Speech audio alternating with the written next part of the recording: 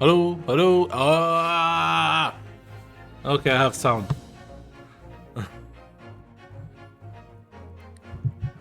Okay, good. Now we'll continue where we stopped last time. Um, uh, Ace Attorney Chronic? It was part 2. Hold on. Yes. Resolve GAA2. Yeah, that's it. Let's go. Let's go. Where were we yesterday? Trying to prove forensic medicine primer. Okay. Pulling a blade from a wound without thinking could cause heavy bleeding. Let's work on this. You say doing it without thinking could be a problem. Does that mean that if you use due care and attention, it would be alright? I wouldn't have thought this needed spelling out, really, but the blade is like a stopper in the wound. Remove it and a serious hemorrhage will occur. In other words, a medical would need to be present before any attempt was made to withdraw the blade. Doing it without thinking would be madness. You just can't do it.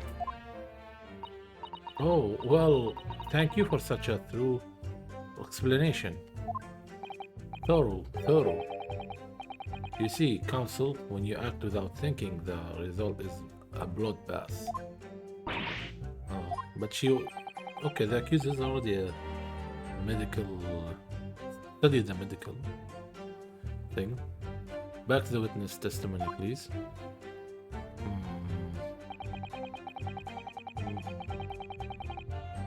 Basic knowledge that any medical research assistant with an ounce of sense ought to know. Okay. In other words, there is no good reason why the defendant would have tried to pull the knife from the victim. Let's not forget that the young student did have a motive for killing the victim. The man the victim murdered 9 months ago, Dr. Wilson, was the defendant's highly respected mentor. It's hopeless. I can't find a single crack in this testimony anywhere. Ray knew that withdrawing the knife from the wound would threaten Miss Brett's life further. I just can't think of any way to explain why she did it. Maybe she didn't. Besides, it's a time like these when it's especially important to remember the fundamentals. The fundamentals, l'essentiel. Evidence is what counts in the courtroom, isn't it? Of course, but I've been through the court record dozens of times already. I think perhaps you're forgetting something through... Though, you needn't take the evidence at face value. You can and must examine it in a greater detail too. Sometimes I read very fast. I mistake some words that are looking similar when you read fast, so... Excuse me for that. Ah, I realize this is your first time playing the role of lawyer in the courtroom.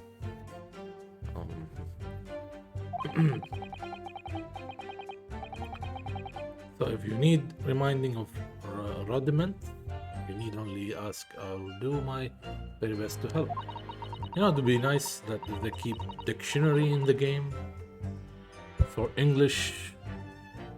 The English that they're using, maybe it will help more. Just saying. Since the game requires you language, you know.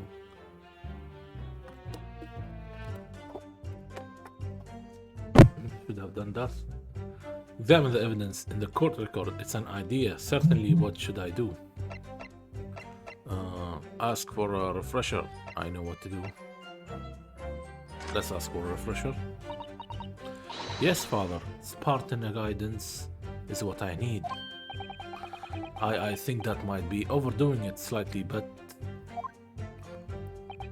Very well. So open the court record first of all, but... Okay, so just... Now let's take a look at the fountain pen which was submitted as evidence most recently.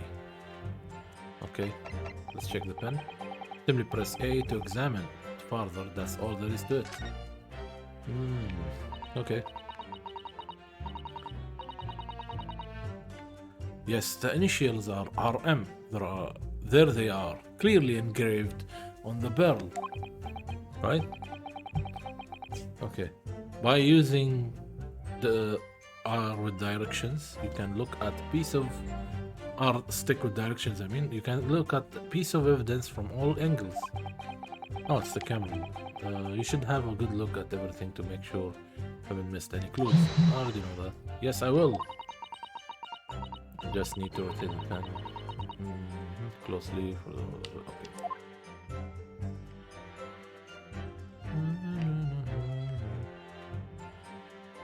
Then what? There's no zoom in.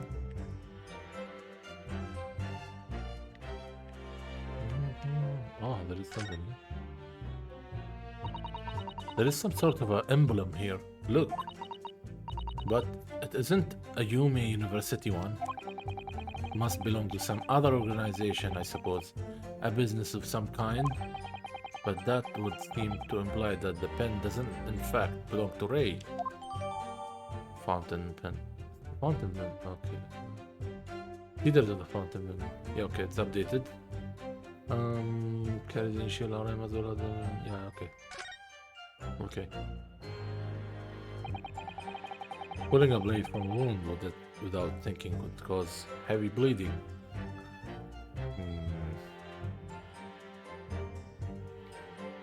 Going back to check again the statements. That's basic knowledge that any medical research. Let's press it. I'm going to press again all the statements. In that case, there is an obvious explanation here, which is clearly the defendant Ray Membami-san does not possess an ounce of sense. Okay. What do you think about that, Professor Mikotaba? I'm not sure that you should be labeling your best friend as lacking in common sense. Well, I thought it would be better than labeling her as a murderer. I don't know, young people today, if that's friendship, I don't understand it. Careful, counsel. A lack of common sense can be a very dangerous thing. He's ready to punish. Oh dear, that recoiled on me rather badly. That's life, I'm afraid. A lesson everyone must learn. Hopefully you can see how that this is really basic medical knowledge. Being involved in medical research, Membami-san would certainly have been aware of it. Okay, she has no... she can't get away with being stupid. Okay, in other words, there is no good reason why the defendant would have tried to pull it. Hold it! Let's keep pressing. But every statement. But defendant had suddenly encountered somebody she knew lying on the ground, bleeding to death. The sight could have shocked her delicate sensibilities, causing her to remove the blade inadvertently. I really don't think advertent action can explain this. The woman is a medical research assistant. I can't imagine she would behave so irrationally. Oh, but irrational behavior is a woman's prerogative, isn't it? هاي طبيعة الحريم اللي انهم يتصرفون بطريقة مرات عشوائية يعني مش منتظمة. Oh dear, you have a lot to learn about women. Only a small-minded man could have such bigoted views. Oh dear, perhaps I'm letting my male persona take hold a little too much. Well, have I managed to convey the basics now? That should cover the medical side of the argument. Let's not forget that the young student did have a motive for killing the victim. Press. We have to press every statement so we can get more information out of the first statement. Out of the current statement, I mean. whatever the motive it is, it just doesn't in Mimbami-san's nature to do something so awful. But she had both motives and opportunity that's very hard to argue against. But you don't know the defendant. Objection! Ouch. And you, counsel, do not appear to know the law. Yes, evidence is the only way to convince the court of your argument, not feelings. With this fledgling to defend her, I would almost say, I pity the accused. So do I. Inspector, you will reiterate you will reiterate your point about the defendant's motive, please. Oh yes, Miss Brett was in many ways the sworn enemy of Mimbami-san. But he a bit changed his statement because of the judge. That's the use of the pressing. You press a lot, then they give you the current statement. The man the victim murdered 9 months ago, Dr. Wilson was the defendant's highly respected mentor. And that's a new statement. Well, yes, that's true. Dr. Wilson recognized Mimbami-san's talent and offered her the position of assistant despite her being a woman. She was extremely grateful to him. Yes, the Englishman appears to have been a very broad-minded individual. Wilson had no time for outdated traditions. He met with oppositions, of course, but he believed firmly in Mimbami-san's abilities.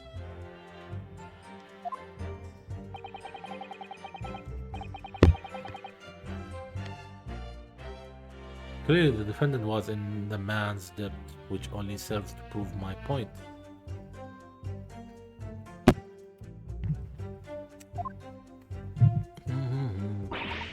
This is hopeless. I can't find a single crack in this testimony anywhere.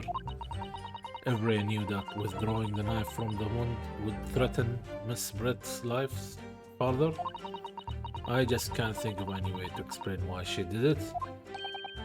So Sato, it's at times like these when it's especially important to remember the fundamentals. Okay, I think I read that before. I think perhaps you're forgetting something though. You needn't take the evidence at face value. You can and must examine it in greater detail too. Oh. This is your first time playing the role of lawyer in the courtroom. So if you need reminding of the rudiments you will need to ask, I'll do my very best. Oh yes, I know what to do. Okay. Come to think of it, Kazuma-sama and Naruhodo-san were always turning evidence over and over in their hands. Yes, I need to examine things in greater detail with A. Pressing A. Oh, by the look on your eyes, I see it's coming back to you. Go through the court record again and have a thorough look at everything. You may just find a clue. Yes, I'll do it straight away.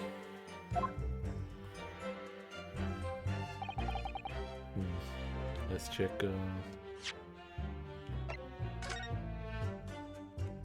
Pen, huh?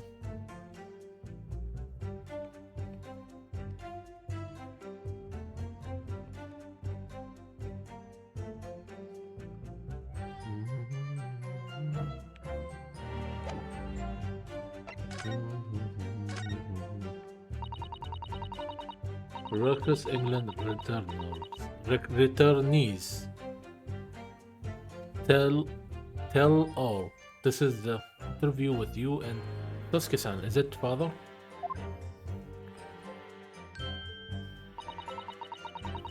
It looks as though it was quite an exchange.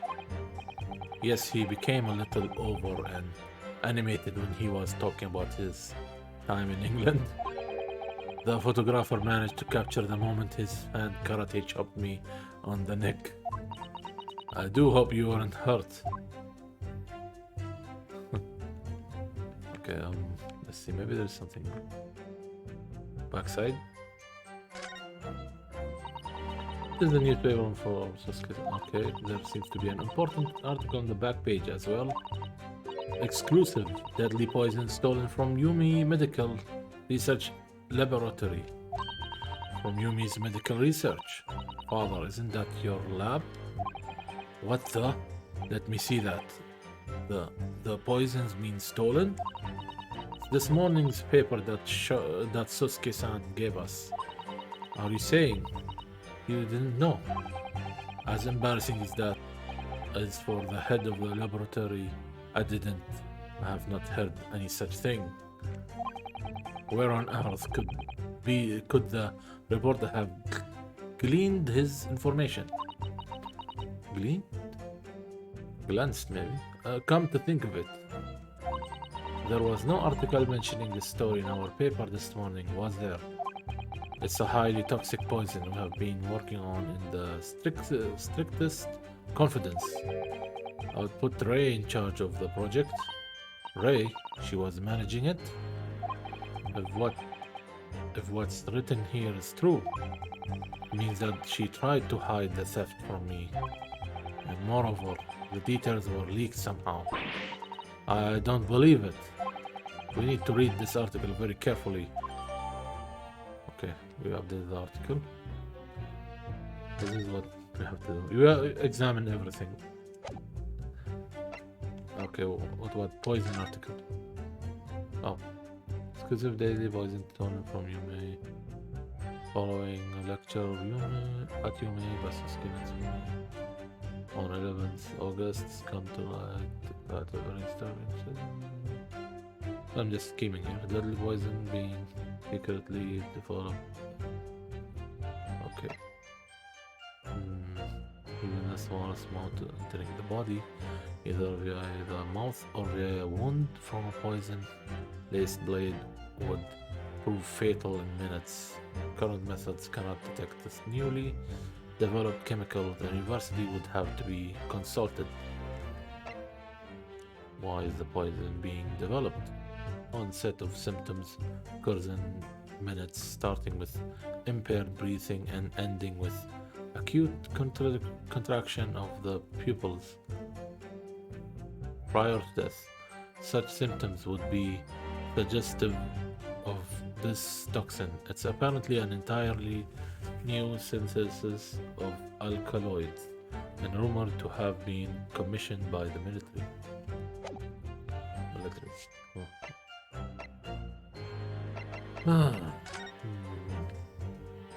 I think this pen opens up. We take off the pen's lid. Then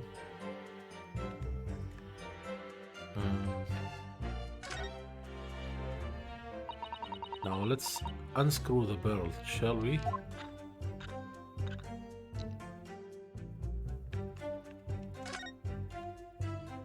I used to use this kind of pen before, and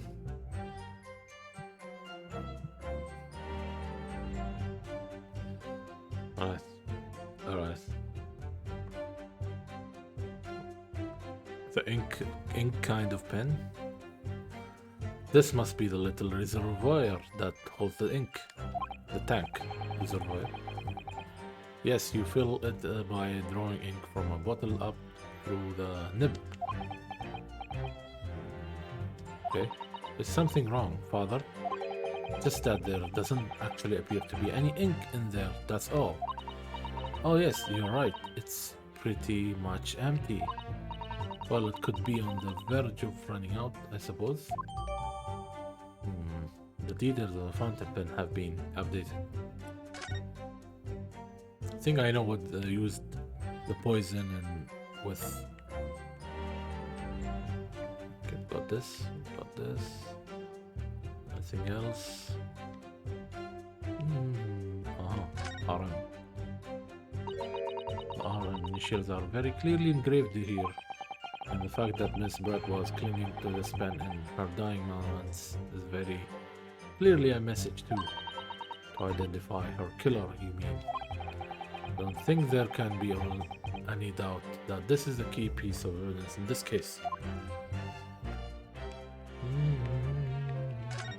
Oh no.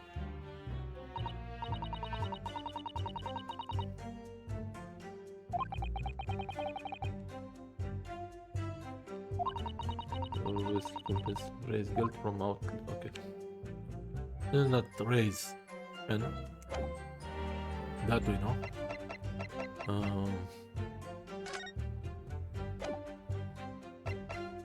Okay, let's go back to the statement. Running a blade wound without thinking could cause heavy bleeding. That's basic knowledge that any medical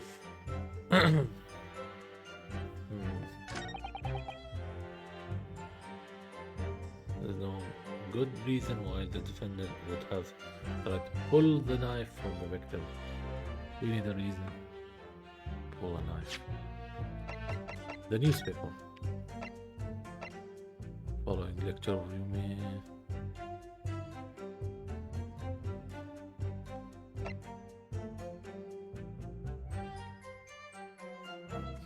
I'll present this. Objection! Okay, will it work? No, there is one possibility. One very good reason why the defendant might have decided to withdraw the knife from the victim's wound. What? Ha! The yokel not only has a poor grasp of the law, but is also a poor loser. Yokel is like the young one. One is the girl there. Okay. Basically, he's an arrogant guy. Tell us, then, what possibility do you think you have identified? It's here, in this newspaper article. An article about a deadly poison having been stolen from a laboratory at the Imperial Yumi Yuna. Objection! The victim perished from a stab wound. Poison has no relevance in this case. But, Prosecutor Ochi, you will let the defense speak. But a newspaper article, the court cannot rely on the kind of a heresy those wretched publications carry. Matter of Media. Counsel for the defense.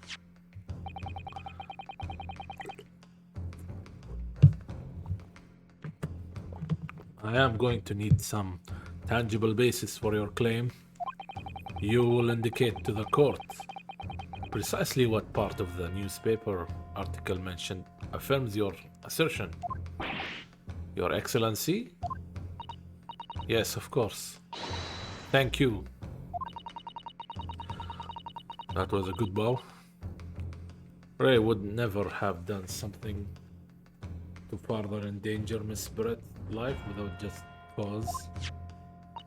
The reasons why the defendant pulled the knife from the victim's body is explained in the article, where it says poison stolen from laboratory, deadly tiny quantities. Why is the poison being developed? No. Why? No. Deadly in tiny quantities? Hold on. There are 3 pages, right? Deadly in tiny quantities. That cannot detect the newly developed. No. Why is the poison said? No, wait. On the first page, you may.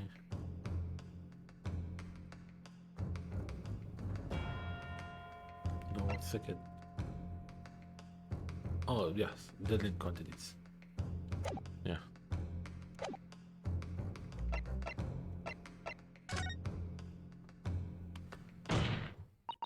The article reveals the following property about the poison question. When the toxin enters the body on a knife placed with the poison, it's rapidly absorbed and causes death in minutes. Are you suggesting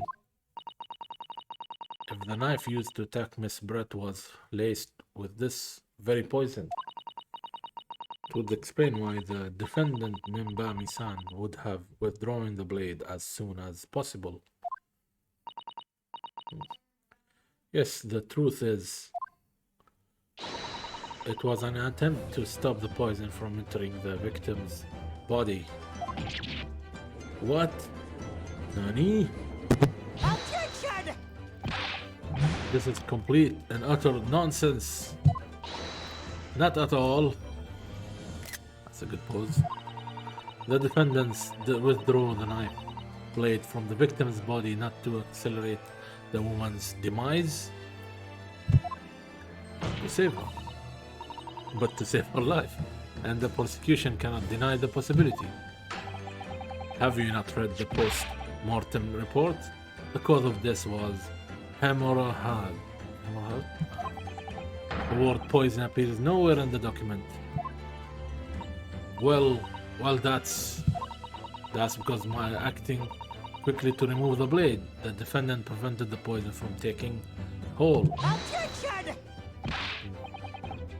Oh please, this is clearly the separation, the weasel last breaking of wind.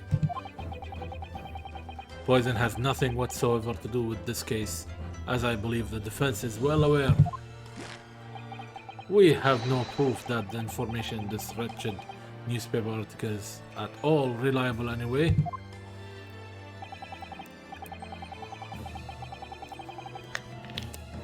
In that situation, what the student should have done is wait for medical assistance to arrive.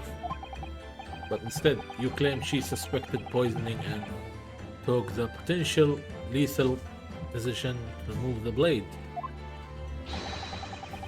She must have had a strong reason for her suspicion then, or the argument makes no sense. Your pose doesn't make sense, bro. Exactly, well put, Inspector. On what grounds did she do it? You kill? Why did Ray suspect the stolen poison was involved? If you want grounds, I'll give you grounds. What?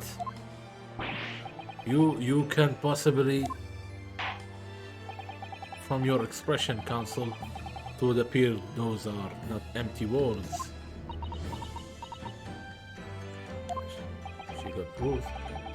But naturally, as you stand in this courtroom as a lawyer, you must be aware that words alone, empty or not, are of no value in our modern justice system. The court demands evidence. Yes, Your Excellency, I'm well aware of that. I've seen it many times from my place at his side in the Old Bailey. In that case, counsel, you will present the proof to the court now. What evidence demonstrates a clean link between this case and the poison in the newspaper article?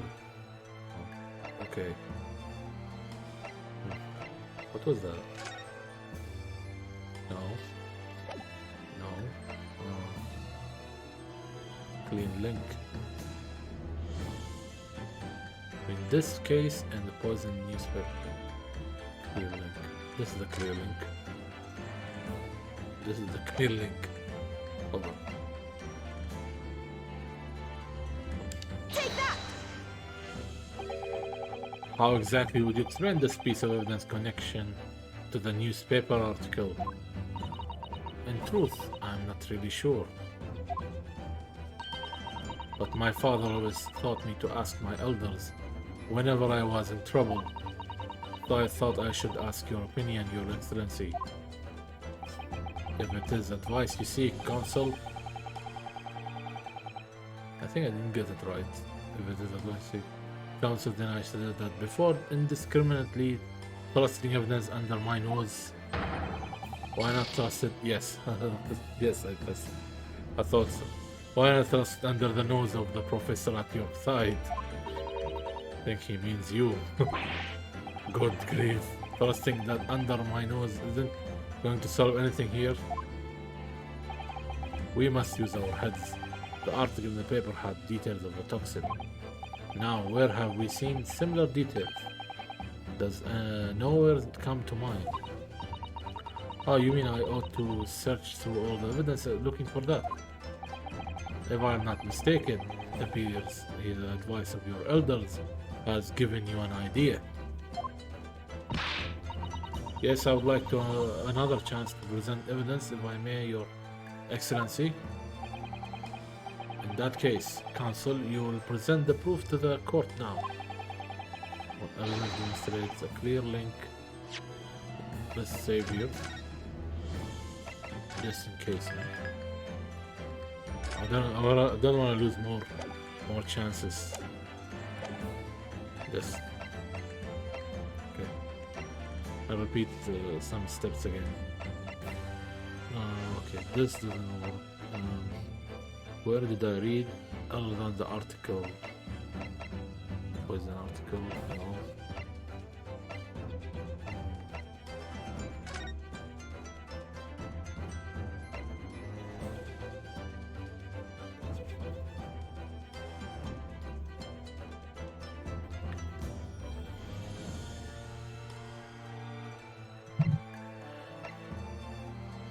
Pupil constriction was observed in the victim's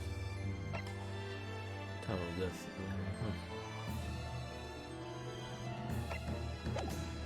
I'll use this. Take that! Yeah, I think I got it. Oh, that's the court to refer to the north section of the post-mortem report, which reads, meiosis pupil constriction was observed in the victim. Oh, clearly, being a yokel with no knowledge of forensics science, I have no idea, so please do tell me. Presumably, the fact that this condition of the victim was noted in the post-mortem report means that it's an unusual symptom of death. Well, under normal circumstances, the pupil dilate when someone dies. If there was extreme constrictions instead, that's most certainly unusual, yes. What are you doing, you yokel detective? In the newspaper article, there is the following information about the stolen poison. Onset of symptoms occurs in minutes, ending with acute contraction of the pupils prior to death. What? If the defendant, upon seeing the victim stabbed in the back, happened to notice that the pupils of Miss Brett's eyes had constricted severely. Yes, as a medical research assistant, she would have suspected poison immediately, without doubt.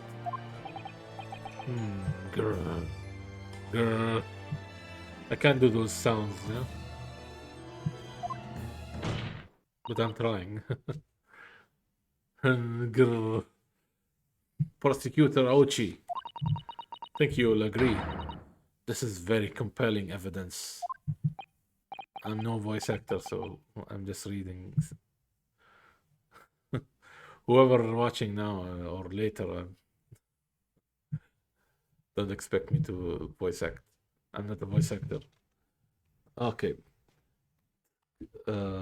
You yokel student, yokel professor.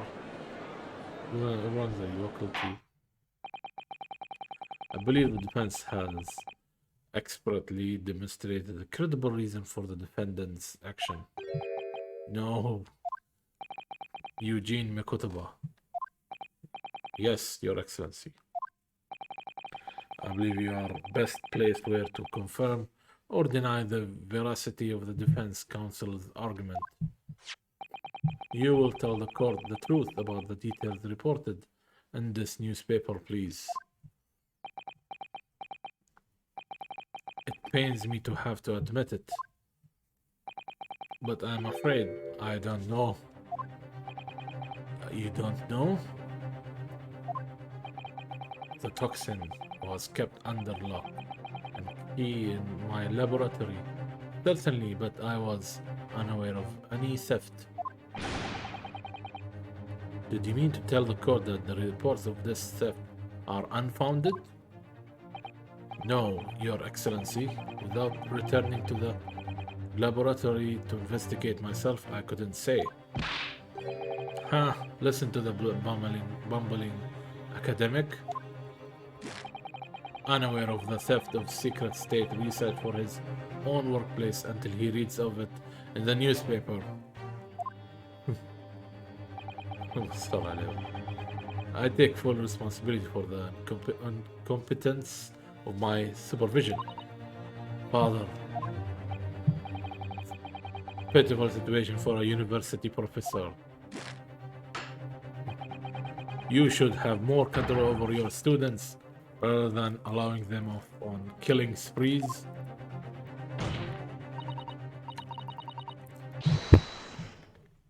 What?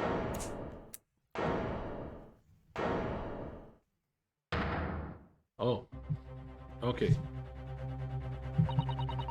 It's the accused. None of this Professor Makotoba's fault. It's all my fault. Ray, Membami-san, you stand accused here. Outbursts like this will not be tolerated. But it was me. I was the one who noticed that the poison were developing had been stolen that day. What? So you knew? I'd been placed in charge of overseeing the project.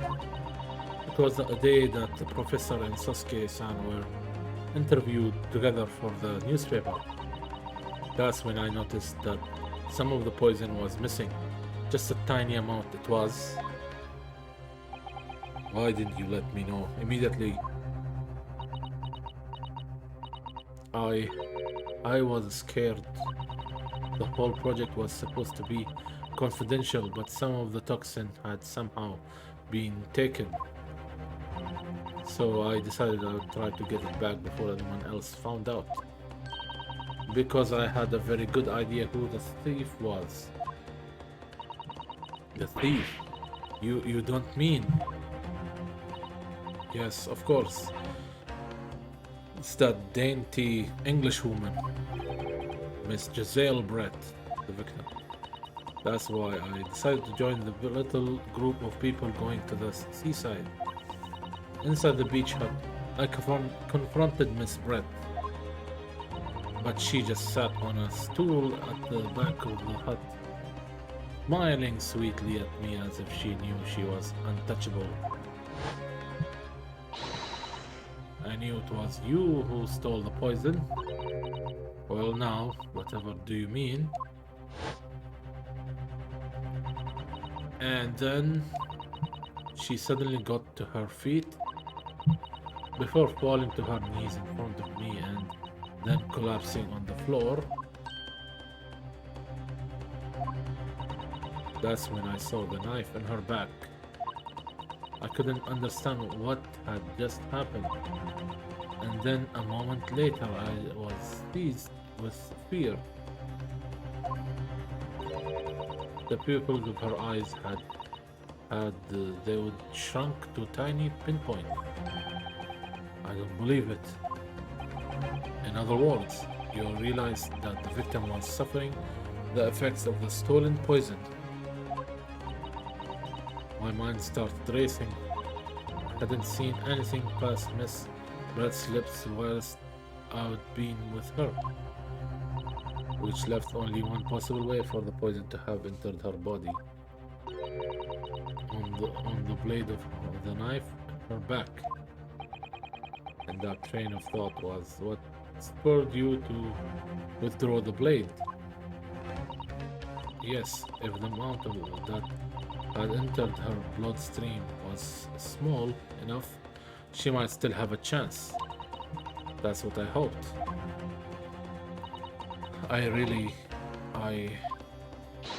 I'm so sorry for staying silent all this time.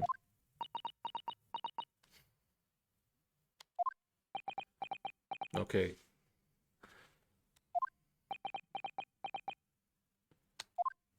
She waited all this time to tell us.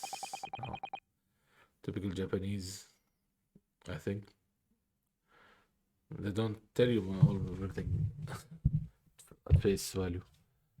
Your attempt to find the truth of what happened is not something that can be overlooked.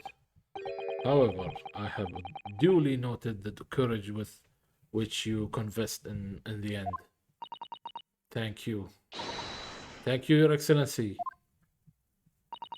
It's barely perceptible, but I do think the balance has shifted a little here. Objection! Your Excellency, do not be deceived. The victim just collapsed before your eyes, you say?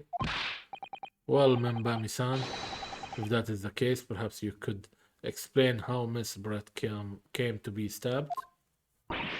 Well, you have no answer because the simple truth is that you stabbed the victim motivated by revenge. Objection! She's still going with that. But you have no conclusive evidence to prove that assertion, do you?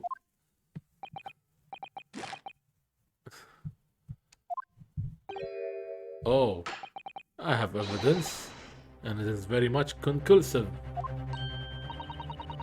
What's the prosecution counsel up to? It was brief, but he hesitated for a moment there. I am almost sure of it. You will produce the aforementioned evidence at once, Prosecutor Ochi.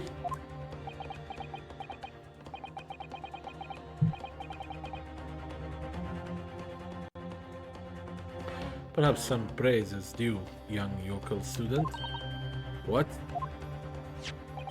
I had imagined there would be no need for me to submit this evidence. But you have brought this on yourself. Oh? Oh, okay. Found her. She is even wearing the bathing suit. Similar to the detective. Okay, what the? Could a more damning shot exist? The cruelty in the air on that beach is almost palpable.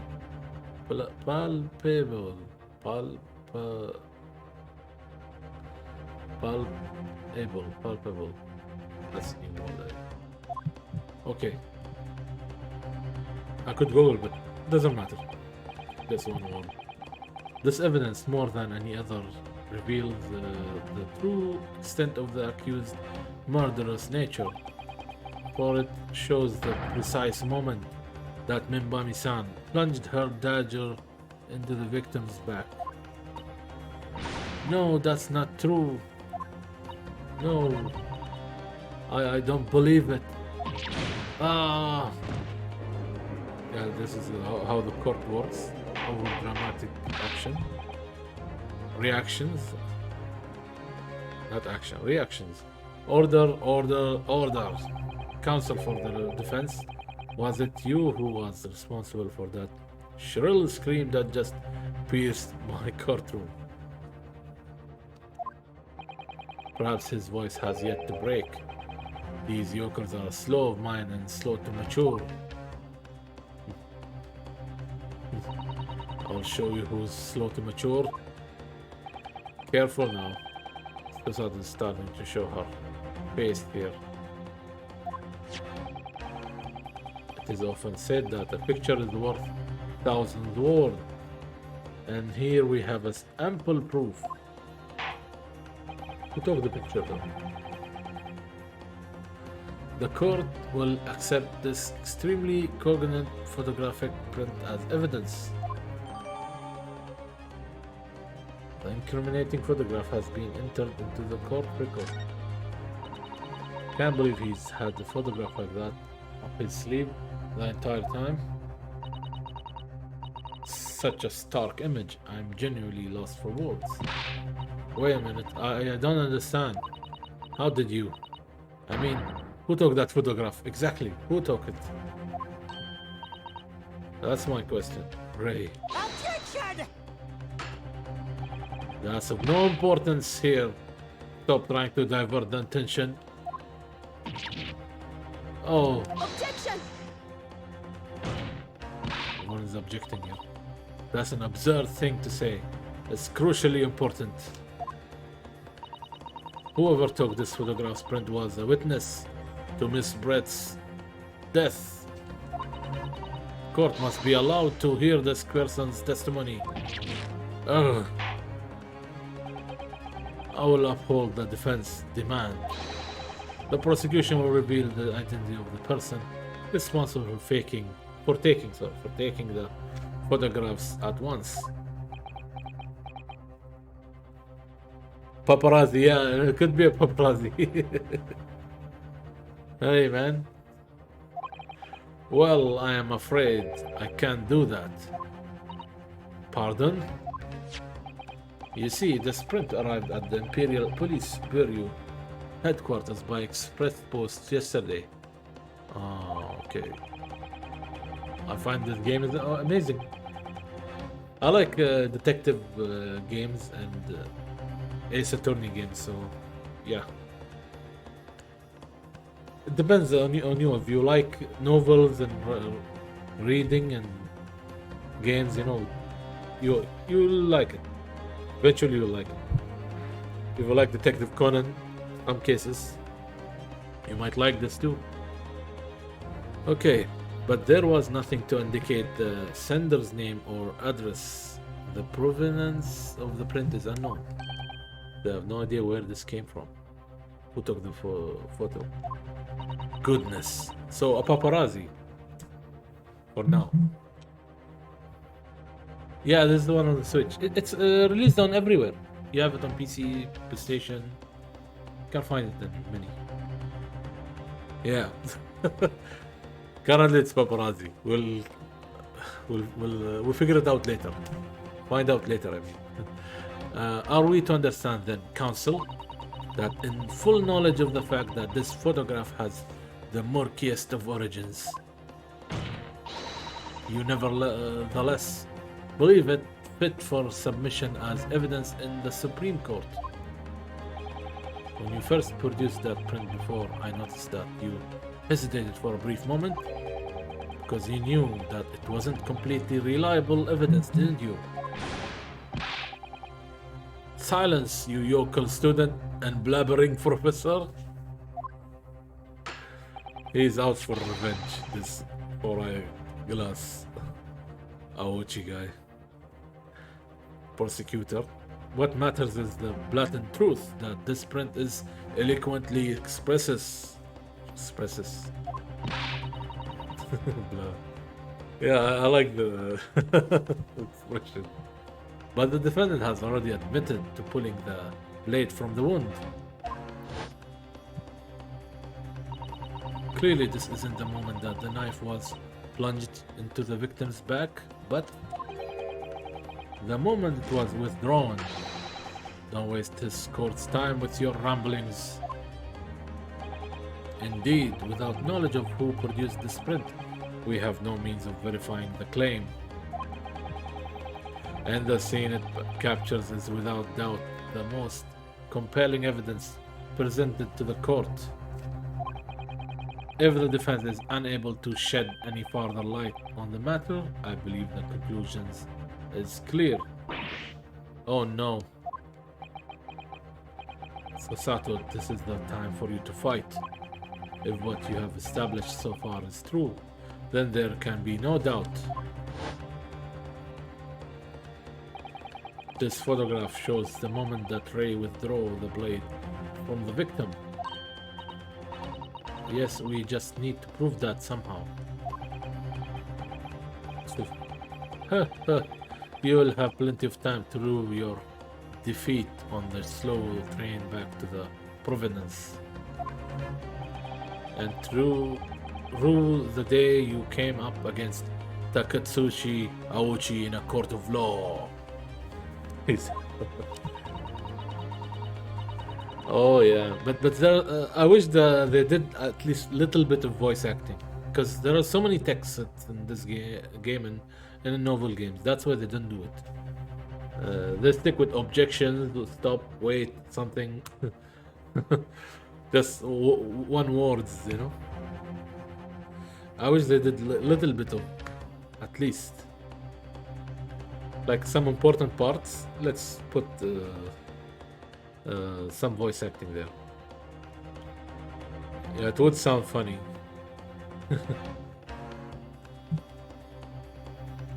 If I was a voice actor, I will do some funny sounds too, but I'm trying. I'm not a voice actor.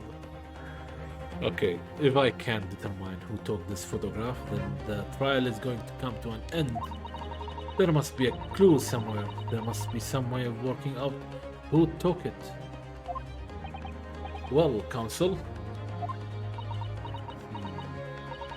Your Excellency, the burning question is, who took that photographs? And the truth is, do we have the answer? Who took the photo?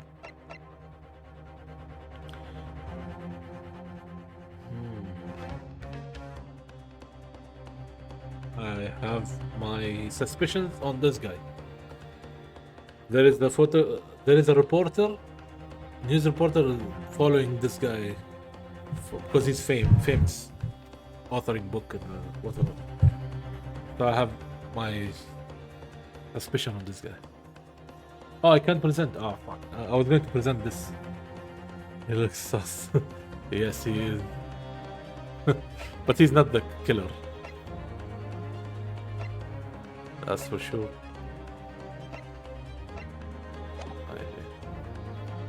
I have the answer, but I... Wait, yeah. Hold on. She wants... The burning quiz, who took that photo, and the truth is... They told me to prove the picture first. That was this taken before the stab or after the she's pulling the knife.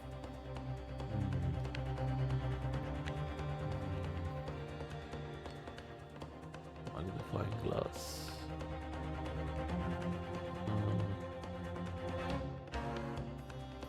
Where is her hand? Sure.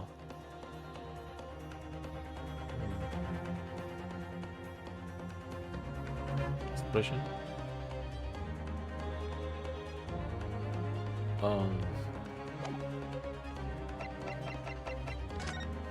Let's compare it to this one. If the photo was taken from this side, but there is no hole here.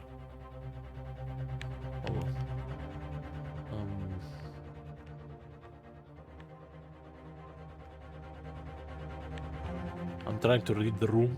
Literally reading the... Okay. Reading. Checking. She's holding a pen here.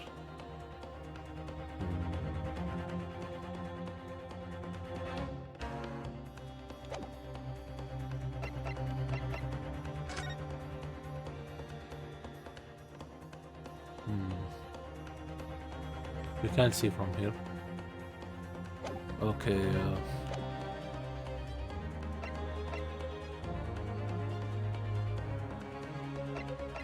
Do we have the answer? Let's just save first. Maybe I'll try to answer it. Wait, I'll try to answer. I'll say I know that I have the answer. Could be the wrong choice, but I'll try. Yeah. This isn't about whether I can or can't come up with the answer now. I simply have to. I have to guess the identity of the person who took this dramatic photographic print is, I assure you, something the defense can and will reveal. What? No, you can't possibly. But as you so boldly claim that you can, please do enlighten us. Unfortunately, I am unable to present a name, which is what I'm feeling now. How utterly underwhelming.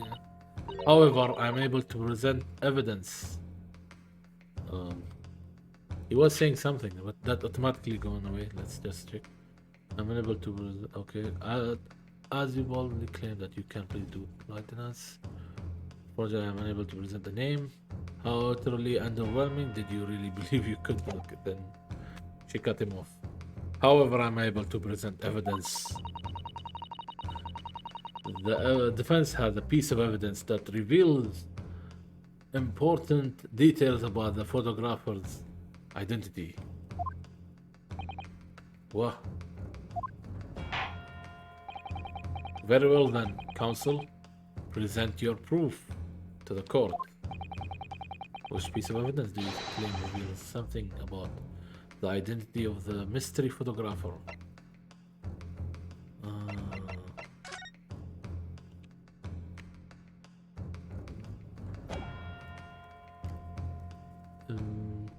Can't choose people's face, so there's something here. Identity.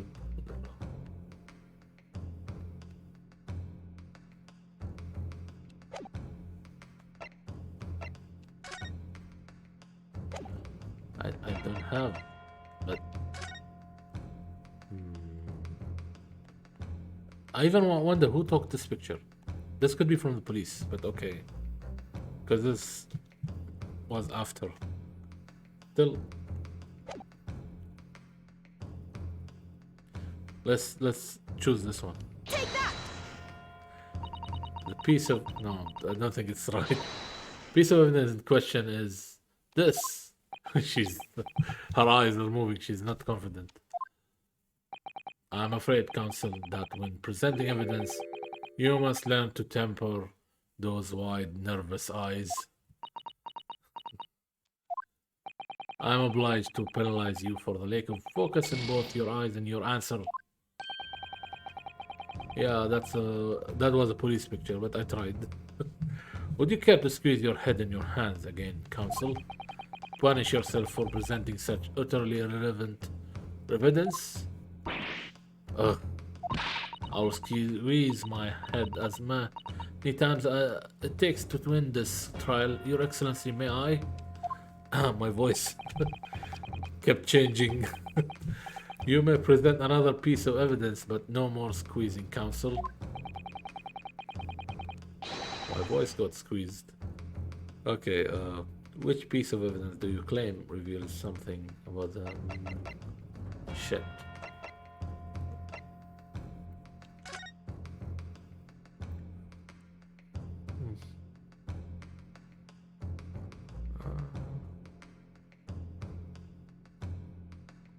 Wait. What is this, yeah? What is this?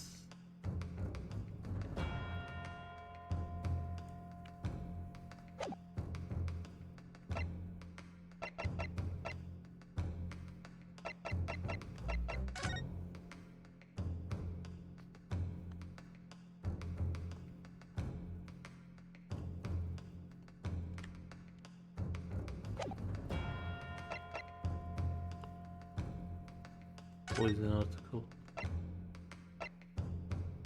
Nope. Oh, I don't know. I don't know.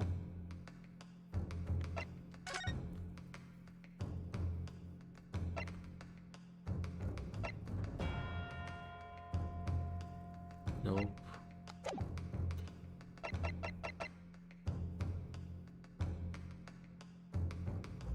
Take that! We present the same picture. I have no clue. Not enough evidence. Oh, no. This is not right. This is not right. Yeah. It's the same.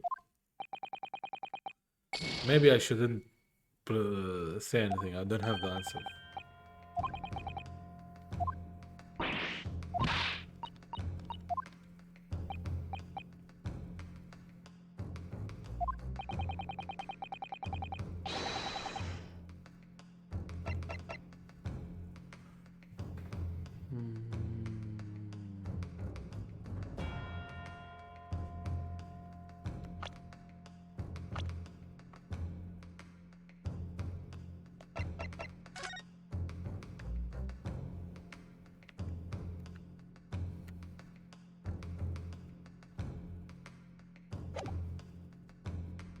Take that!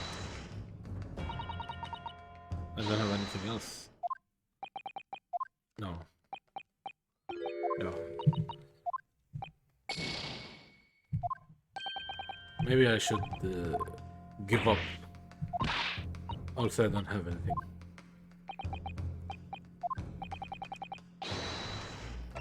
But since we are all the way, we have one more chance. Just go with it. Tried this one. We tried this one. We tried this one. Papers are left.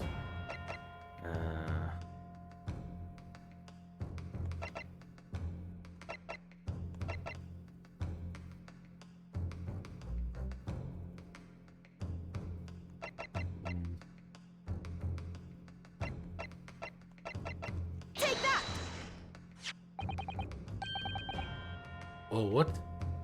Is this the one? What is that? The newspaper again? Ruckus England returnees tell all.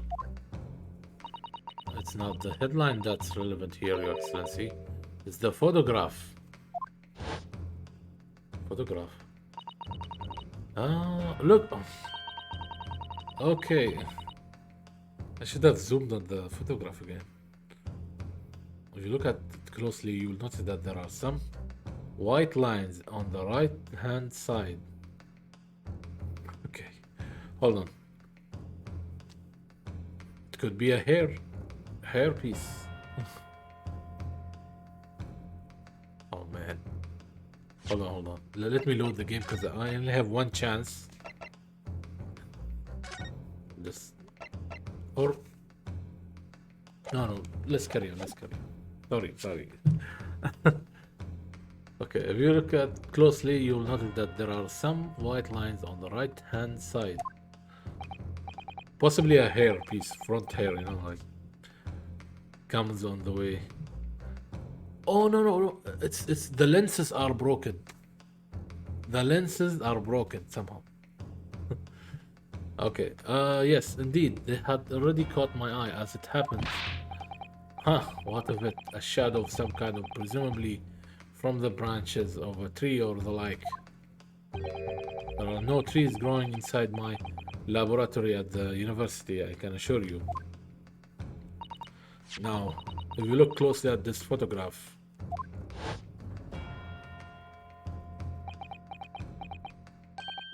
good gracious. There's a... Yes, exactly the same pattern of lines is present on this photograph too. Objection! Well, that tells us nothing. Ha. Yes, it's a shadow of some kind, definitely, from the branches of a tree. He's still going with that. There wouldn't be any trees growing inside a hut at the beach council. Enough. Oh, what's quite remarkable about it is that the two patterns are absolutely identical. How could such an extraordinary similarity have transpired? The curious matching pattern that appears on the both photographic prints as a result of the defect, the photograph for this technique, a camera defect, some tree branches, a camera defect. I'm going with this. Tells us nothing.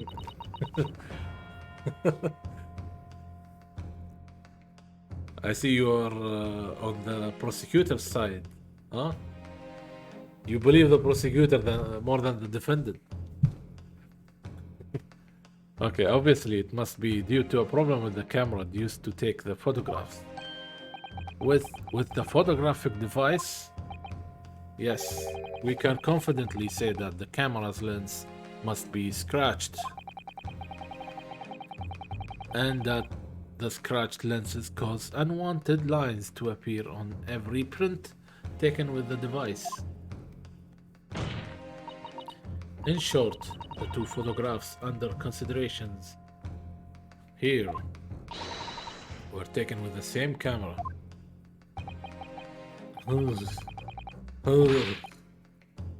But I feel like he's suffocating. There must be hundreds of such camera devices here in the capital. It would be utterly impossible to identify the owner of this particular one. Objection! I think you are forgetting, Prosecutor Aochi, that one of the photographs featured in a newspaper article. A newspaper? Ah, that's right. The author of that article is the mystery witness to this crime. Wow. Wow. Wow. I should make Mario voices, yeah? Mario, funny Mario characters. Oh, whoa. What's wrong with this guy? I see why you were called a righteous England returnee. What are you yelling about? You have already testified. It's Mini Mimo. I tell you, Mini Mimo. Mini Mimo. Mini Mimo. This, this guy's a weirdo. Okay, Sosuke-san, what was that? Did you say Mini Mimo? Ever since I returned to Japan, a reporter from Shoyo News has been hounding me, following my every move. Yes, what the hell? Man, this guy is crazy. A reporter by the name of the Raiten Mini Mimo. Yes, hounding me from dawn till dusk. Oh, that he mentions it. The secret spy snapshots, scribble stories, and scooper my privacy. That's the guy. See him? That's the one. That's the photographer. Catch him.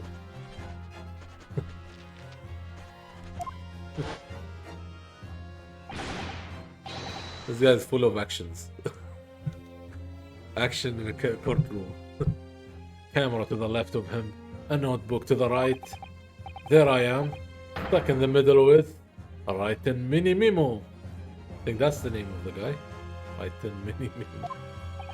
Memo.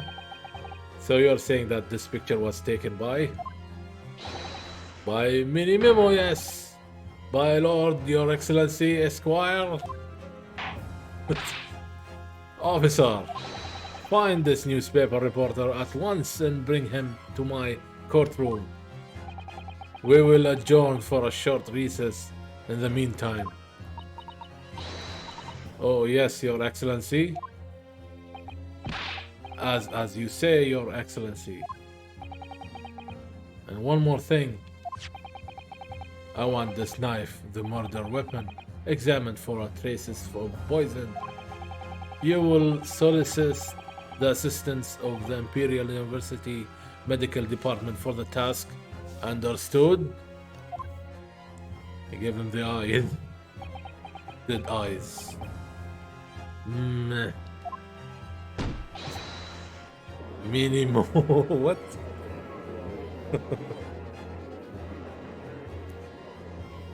Sometimes I wish they had voices. No, he's a suspect. Still, we have to speak every witness. He's a witness. We need to talk to him. The murderer will appear at the end of last chapter of the case.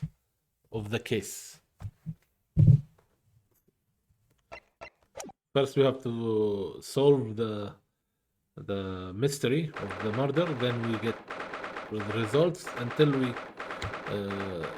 reach the end of the trial.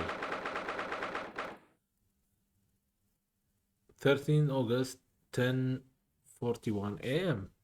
Supreme Court of Judicature, Defendants, Antechamber 3. Okay, it's already still morning. I am so sorry. So Sato-san, I should have told you about the toxin, Ray.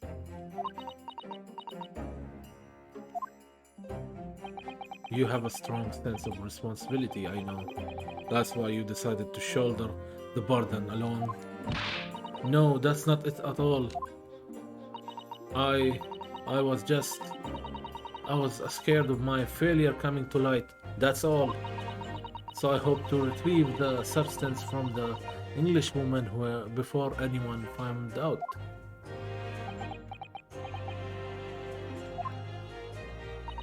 Before the trial started, do you remember what you said to Sato? That you had no doubt in your mind about my innocence, that you'd stand by me to the last. I remember. And yet I didn't deserve your trust in me. I hid important details from you, Sato. I completely betrayed your faith in me. Hit me, Susato. I deserved it. No, in fact, throw me to the floor. She's implying, give me the takedown. The Susato takedown. If you remember the first game, she was doing it a lot there. No, no, that's no good for me as well. Drag me through the city streets. I'm not better, you know. Oh, even though in my heart I knew that you would pull the knife blade from the Miss Brett's back. There was just a brief moment when in my mind I doubted you, Susato. I'm sorry. After I stood here and promised you that I would stand by you and always be on your side, I betrayed your faith in me too. And as such, I have failed you as a lawyer. Oh no, no. I think this situation has taught both of you a valuable lesson. Placing your unbridled faith in another is no easy task. Yes, Father, that fact has certainly struck home.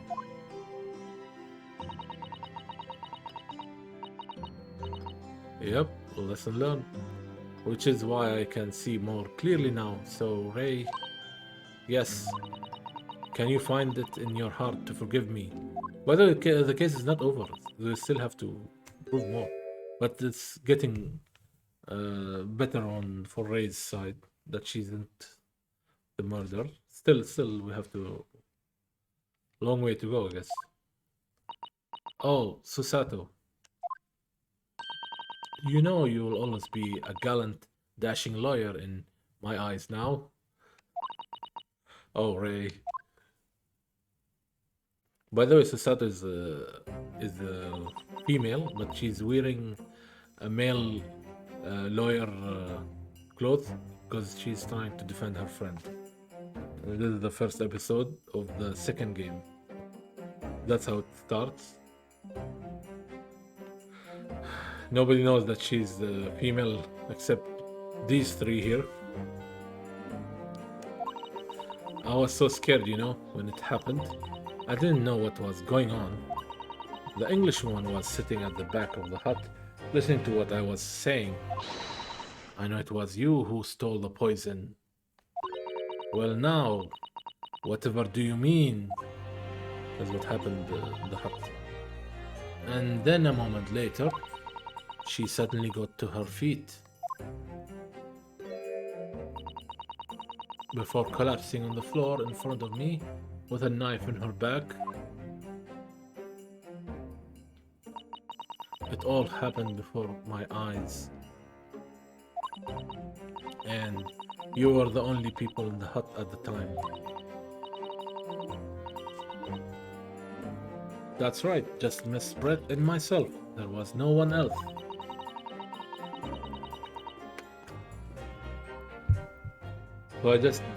So I just don't understand how she could possibly have been stabbed like that. A great mystery indeed.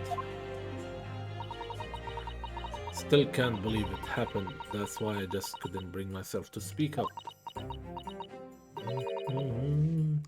It will be alright.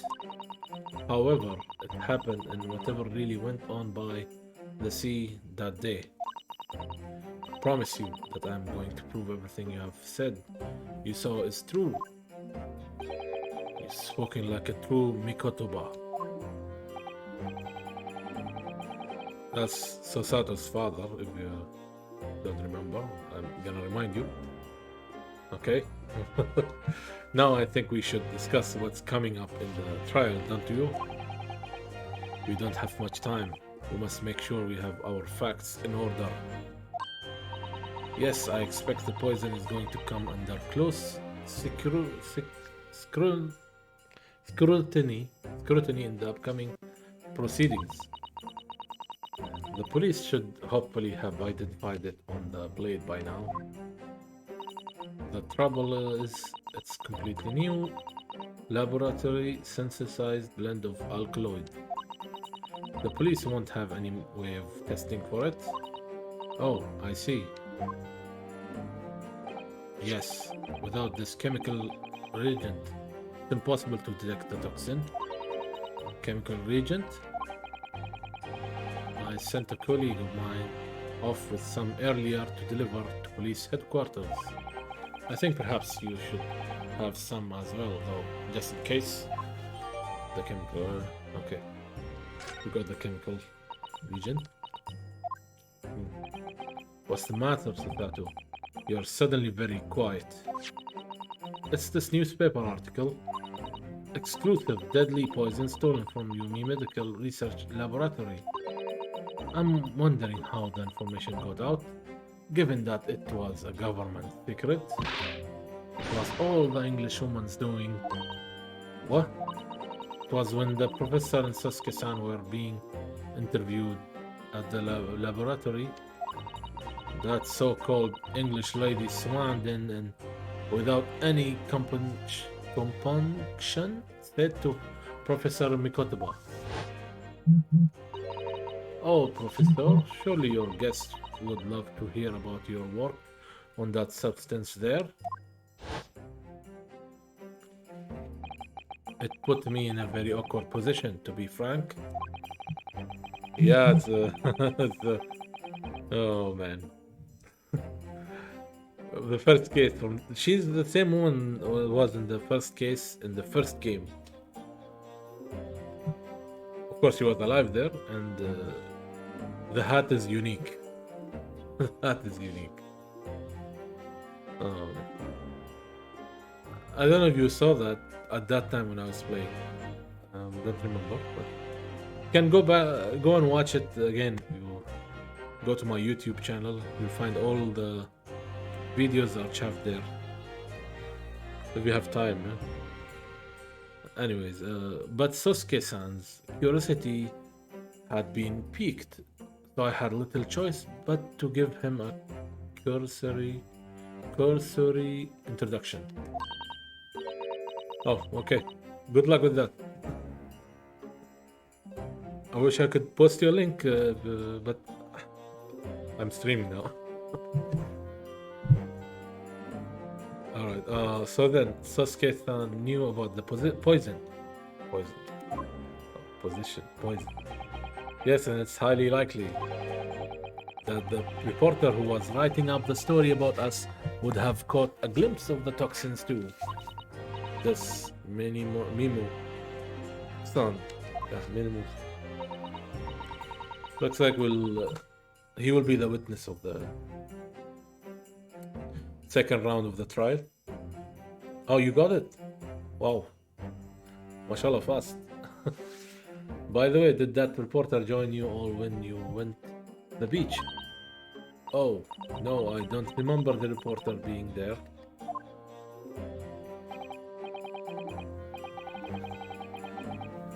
Check the last part of the trial of that first game. You'll know what I mean by unique. Her heart is unique. Indeed, he shouldn't have been. I very much doubt anyone would have wanted him there. Oh, a known criminal had been given permission by the authorities to bath by the seaside. Sasuke-san pointed out that inviting a reporter might be problematic, so the man was sent back to his office. Yet, he obviously didn't go back. He secretly followed the party to the beach and took this very candid photograph. And then, presumably, he posted it anonymously to the police. Oh. Yes, that must be what happened. Counsel, we have just heard that the new witness is now ready to testify. Trial is about to resume. Please proceed into the courtroom at once. Time to steel ourselves once again. Then, back to court, yep. Back to, answer more questions. Defense, Attorney Ryotaro Naruhodo. Of course, he's using another name as a nickname, Ryotaro Naruhodo. Okay, yes. Ray has put her faith in me now and told me everything. I can't let her. So I can't let her down. I have to prove that what she's telling the court is true. I have to prove that really happened. Prove what really happened that day. Save, save. Oh. Okay, I have to manually save it then.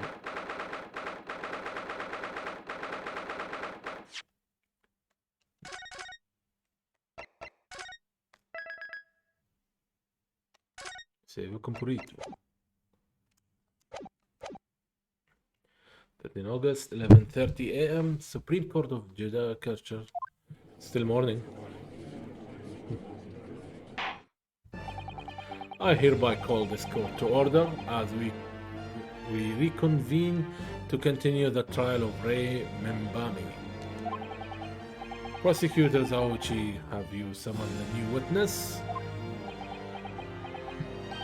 Before I address that question, Your Excellency, I have some very important news to share. He is happy. That's not good. Oh, what news? And why does he look so happy about it? During the recess, with the collaboration of Professor Mikotaba's laboratory at Yumi University, the police re-examined the knife that was used to end Miss Giselle Brett's life. I think we'll say there is no poison there. Excellent, I admire your rapid handling of the matter. Oh, too kind, Your Excellency. Too kind. I was merely carrying out your instructions, of course. I had the reagent delivered to the police headquarters by rickshaw, so it should be there in good time. You know what a rickshaw is? Okay.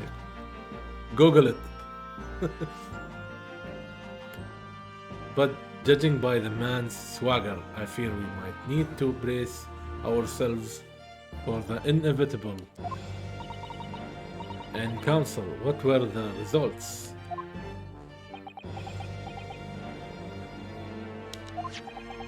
This dagger, which was so cruelly used to end the life of the victim, has no trace of poison anywhere along its blade.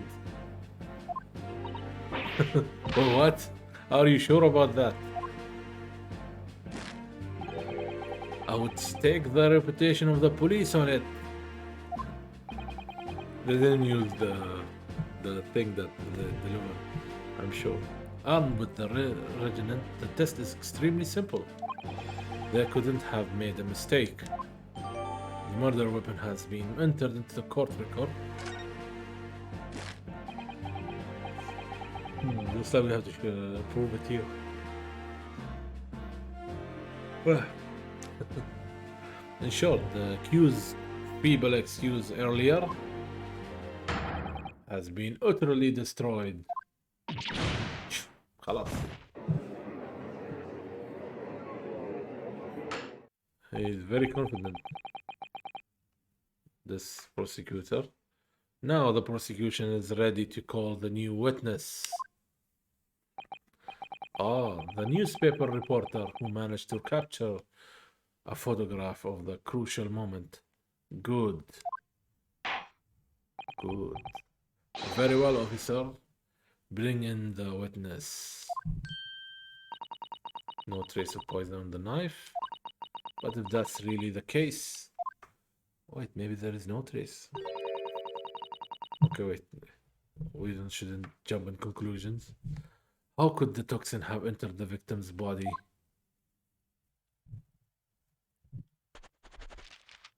There he is. And the ink on his hands. Witness, please state your name and occupation for the court. Write in mini memo of the Shoyo News. I am what people like to call a giorno. What's a giorno, father? Do you know? Simply a contraction of journalist. I'm there where the news breaks, putting pen to paper to catch those scoops so they're in print the next morning. They don't call me the hero of the Herald for nothing. The nice guy of news. والله شخصيات. Character. This is the character. Oh, so it was you who took this photograph, was it? Well, what have we here? I feel like he's going to lie. I'm sorry. Oh, brace yourself, people. Mini Memo senses a scoop in the offing. Female student up to foul play, defended by curiously handsome young lawyer in Supreme Court. Okay, let's do that. Already he's putting a title. The readers will slap this up. We'll set it above the fold at 72 point in a 5-leg format for the morning edition. Right then, let's start with your name. He's interviewing or... it's Ryutaro Naruhodo. Next, what made you want to become a lawyer? I wanted to reform our country's legal system. I suppose Ryutaro has suddenly become very ambitious. I see. I just borrowed Kazuma theme for a while. Okay. By the way, your name is Takatsuchi Ochi. That's Takatsuchi Yuchi, the so-called dark horse of the Supreme Court. My objections strike fear into every defense lawyer heart. Don't think he wrote that. No, the readers won't buy that. What? Witness. Yes.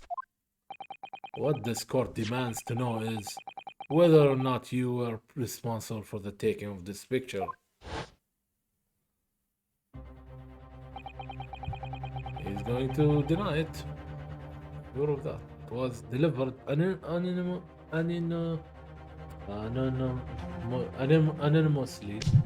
to the Imperial Police Bureau only yesterday. Anonymously. Yeah, I wouldn't be a journal if I didn't click quick when presented with a scoop like that. Now, would I? Sometimes stories call out to me. Sometimes I have to chase them down. But either way, you gotta be fast. Fast legs to run with, a fast hand to write with. No good if you don't note it down, I always say. That's what I call my mini memoism. Okay. Mini memoism. Oh, what a weird name. Mini memoism? Oh yes, I remember your face. We met that day when you were interviewing myself and Sasuke-san. Yes, right, that was me. Mini Memo again. This character looks like one of the old animes. I don't know which one, but Joe something, Ashitano Joe. The design is very close. I'm not sure if you recognize it, but okay, I'm just saying. But you were supposed to be going back to the Shoyo news office after our meeting. But the scoop is, I didn't. Okay? Because that English woman's words had piqued my journalistic interest. Miss Brett's words. A criminal left to do as she pleases just because she happens to be a British citizen. It's a horse done. This country's judiciary is rotten to the core. I like that pose. The Supreme Court rulings aren't worth the paper they're written on. The police I mean, the police are just imperial pawns. Stay your tongue, young man. There are complex political issues at play. Well, anyway, I quickly jotted down those words she said in my mini memo pad. Are you ready? You read it out? I'll read it out. It's all here. Right, here goes. I should like to go with everyone to see your country's coast. A serious criminal going on some junket. The people need to know about this. That's why I decided to sneak after them. To get the woman's story. That could hammer her in the press. So you mean to say that you did indeed witness it firsthand? The grim scene portrayed in this photograph. Oh yes, I saw it with my very own journal eyes.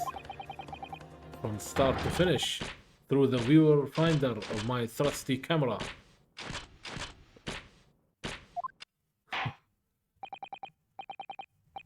Thank you, Mini Memo-san.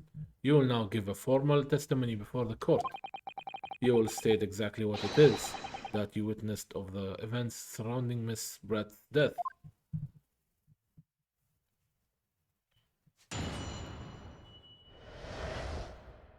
Camera never lies. The beach hut was made of shoddy old reed screens, so there were plenty of gaps. I could see inside through. I see. Okay, that's how we took pictures. The English woman was sitting on a stool when the student girl came in and started arguing with her.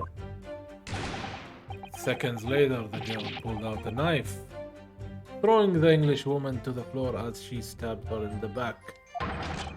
My smoldering journal spirit burst into flames. Quickly as I flashed, I whipped out my camera ready to click.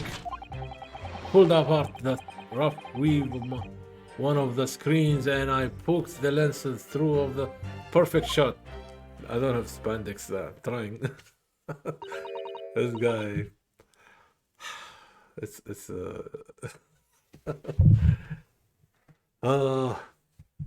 my voice. Read screens, you say? Alright, you can see them clearly enough in that great shot I snapped. The hut walls were just screens made of coarsely woved reeds. That screen. Okay. Yes, it allows the breeze to pass through and bring some relief from the summer heat. And it was a breeze for me to poke my camera through and see the whole thing hotting up. Ignoring how, for the time being, the appalling invasion of privacy involved. Did you witness everything that happened from the moment the defendant entered the hut?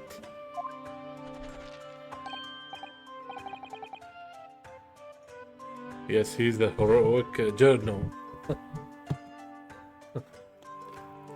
No. That's a water break. Oh yes, I saw it. I saw the whole thing from start to finish. Whole thing. And you say that you took the photograph through a gap in one of the screens? Luckily for me, they were pretty shoddily woven. I pulled the reeds apart and thrust the lens of my camera through the gap. Would I get away with it, or would I have been seen? It was the gamble of a lifetime.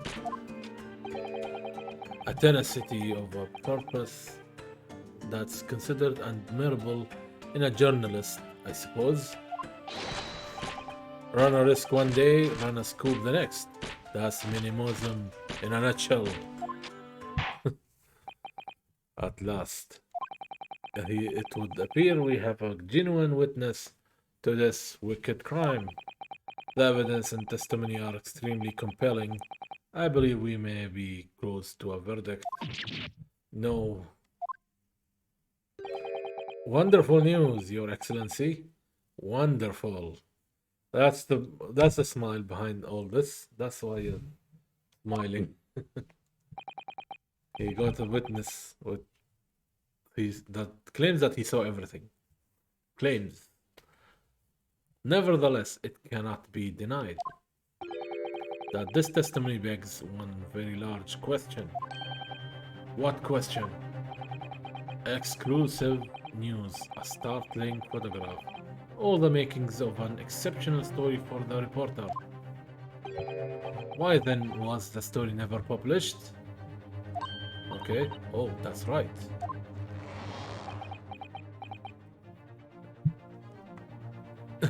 He's pulling it. Seems clear to me that there are circumstances at play here that are yet to be understood. Huh, more pathetic excuses. Very well then, Counsel. Proceed with your cross-examination. Yes, Your Excellency. There's more to this reporter than meets the eye. He's keeping something about this case very close to his chest.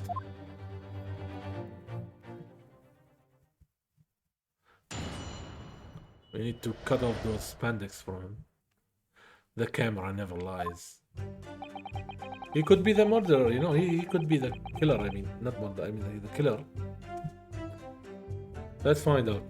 Reporter and a killer, nice. Giorno killer. The beach hut was made of shoddy on the screen. There were plenty of gaps. Let's press. Hold it! Have to press all statements. What made you want to see what was happening inside that beach hut in the first place? You could be a man of culture. Flash man of culture.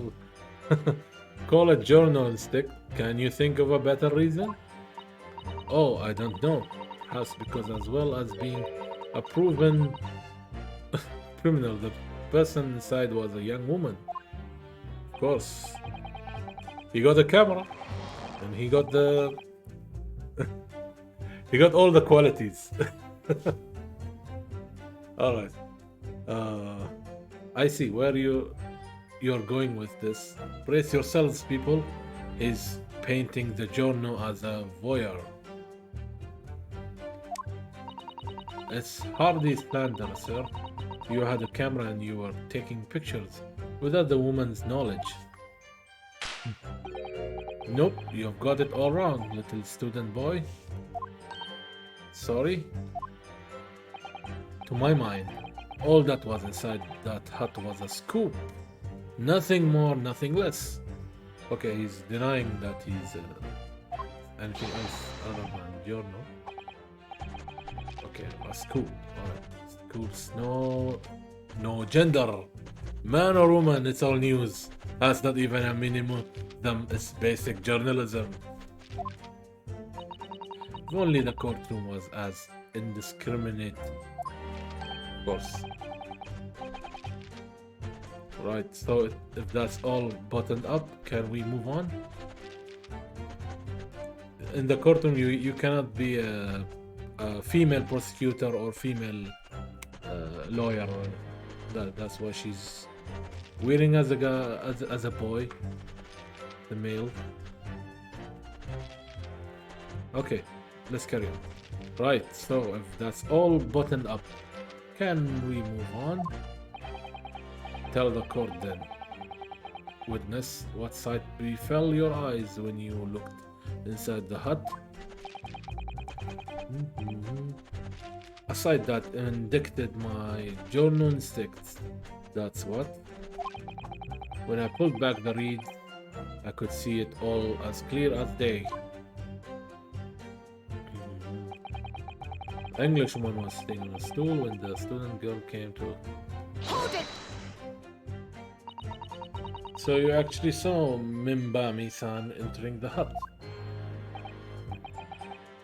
Yep, and she was raging like my Giorno spirit. And the argument you mentioned, what was the about exactly?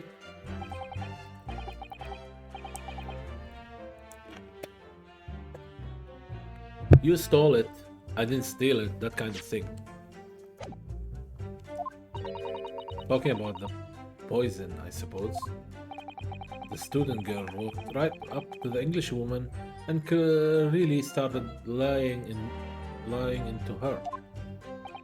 I mean, if she would lay it into her anymore, there would have been eggs. But the man should have been an author. His descriptive talents are wasted on journalism. Okay, but the student ranting fell on deaf ears like a Japanese person listening to English for the first time. Yeah, well, he's using words like an author, book author. Yeah.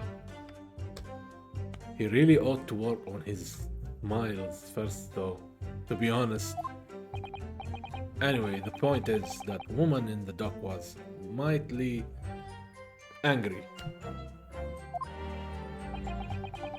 And her temper finally got the better of her, it seems. Dear me. Which was the climactic moment that caught on film.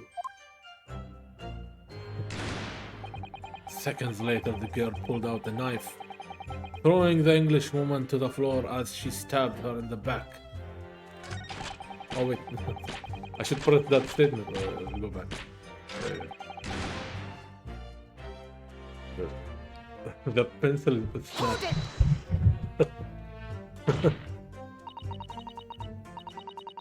Do you swear before this court that you actually saw the precise moment when the stabbing took place? Huh? The precise moment? I didn't see just that. I saw the whole hellish scene play out from start to finish. I have here a simple plan of the beach, hut, or map. Map for the hut. Perhaps you could use it to explain the course, exactly what you witnessed.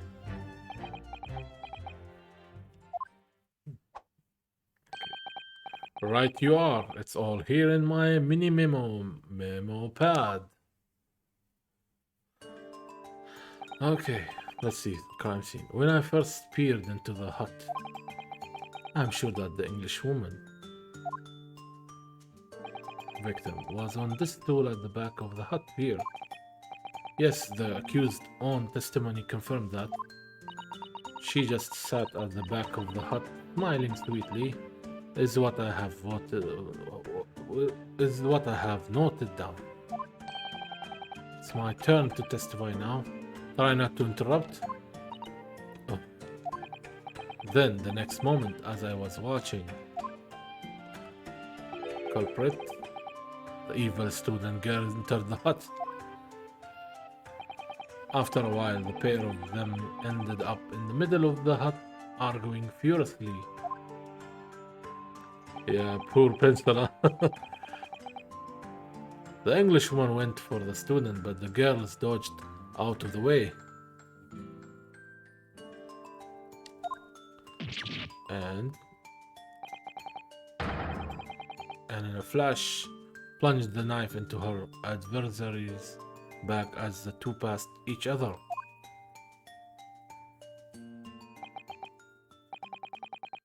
Murderer was waiting inside the hut then. Okay. What you describe is a grim crime indeed. Never sugarcoat the truth.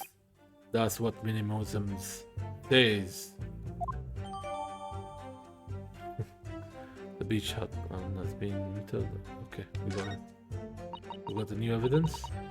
By the way, Memo-san, whilst you were watching that terrible scene unfold before your eyes through the gap in the screen, did it not occur to you that try to prevent the tragedy rather than capture it on film? Journos have to be observers. We can't get involved. That's our Dittery. I think that's French. Raison Dittery. Is that French? Is that French? I don't know, but okay, we'll go on. So you didn't converse with Miss Brett at all. If you know, let me know. Yeah? If you know anything, let me know, please. Obviously not. An observer always remains on the outside looking in. And that's something to be proud of, is it? Your Excellency, if I may. Yes, Professor. I think the witness's last expertly phrased statement should perhaps be added to his formal testimony. Father, what are you? I will grant the defense's request. Minimum-san, you will supplement your formal testimony with the aforementioned statement. While nihilism is the foundation of minimalism, but I'll gladly prove that my words aren't meaningless. Poor spandex, they're getting stretched every time. I never once set foot in the hut nor spoke with the Englishwoman. I was there only as an observer. Hold it! I think we found a statement that we can press and it's contradicted. We got the evidence. Really, you didn't set foot inside the hut at all? Are you quite sure about that? I think you may have the wrong impression of me. We're talking about a murder scene here. My nerves were stretched to breaking point already. Oh, I see. You were scared. Maybe I did have the wrong impression of you. Yes. It was all I could do to stifle a scream and hold my hands steady enough to snap the shot. Man was scared. He was a brave journal. You really should have some help before thinking of your camera. Minimalism and humanism don't always agree. This guy's all about his job, huh? Most of the time in those instances, minimalism comes out on top. Huh. As a sculptor of stories, sometimes I have to be cruel for my art. Yes, that's spot on. Surely he's making all this up.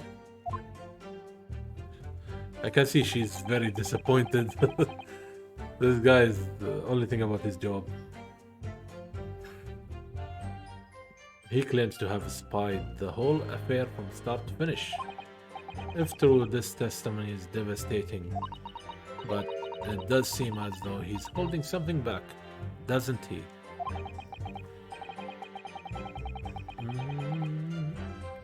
That's how you feel. I suggest that you trust your instinct and press him on everything he said, as you have no doubt seen done many times before in your role as a judicial assistant. Yes, I have. I have seen witnesses like this pressed often. I know exactly what to do. Where's that statement? Cool pencil. My smoldering journal. I think it was the last statement. So you never set foot, right? Let's save first. We'll present.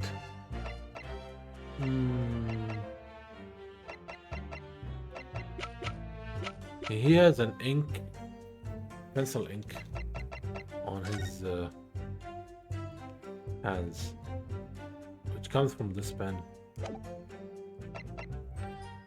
Do I have to press this? Sometimes more than one Sometimes there are two answers. Any one of them you can press on. Just want to see the map first. Culprit and the victim.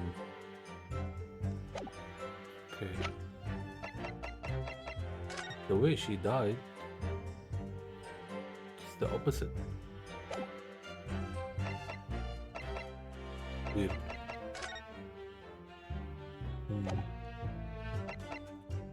Let's press with the pen first, no? Oh no, wait, this one. No, wait. Start with pen, then if it didn't work, I'll start the crime scene photograph. Objection! I could have done it. Memo-san, until now I have had a firm belief that newspapers are in the business of uncovering and publishing the truth. That's why she was. Truth and also humanism. You're spot on there. The press doesn't lie, which is why I'm proud to wear the emblem of Shuyo News on my arm. In a way, that's more minimalism. Okay. Sadly, though, it seems the journalists who write for those papers don't always share the same passion for the truth. What are you suggesting with those recriminatory words, Counsel? Minimemo-san, do you recognize this fountain pen? Ugh. This pen was found at the scene of Miss Brett's death. In fact, the murdered victim was gripping it in her hand as she died. What are you... If you look at the barrel of the pen, you'll notice that its owner's initials are engraved there. RM. Yes, thank you for bringing that up, Counsel. The initials of the accused, Ray Mimbami. Is the coincidence, I wonder, that your initials are also RM? No. Write-in mini memo, right? RM. That's horse dung. Horse shit. Can't you see? One of the central tenets of minimalism is being a pencil user. Okay, another lie. Yet, as the court will clearly be able to see on your right hand, there is a very obvious blue ink stain. The zoom in is funny.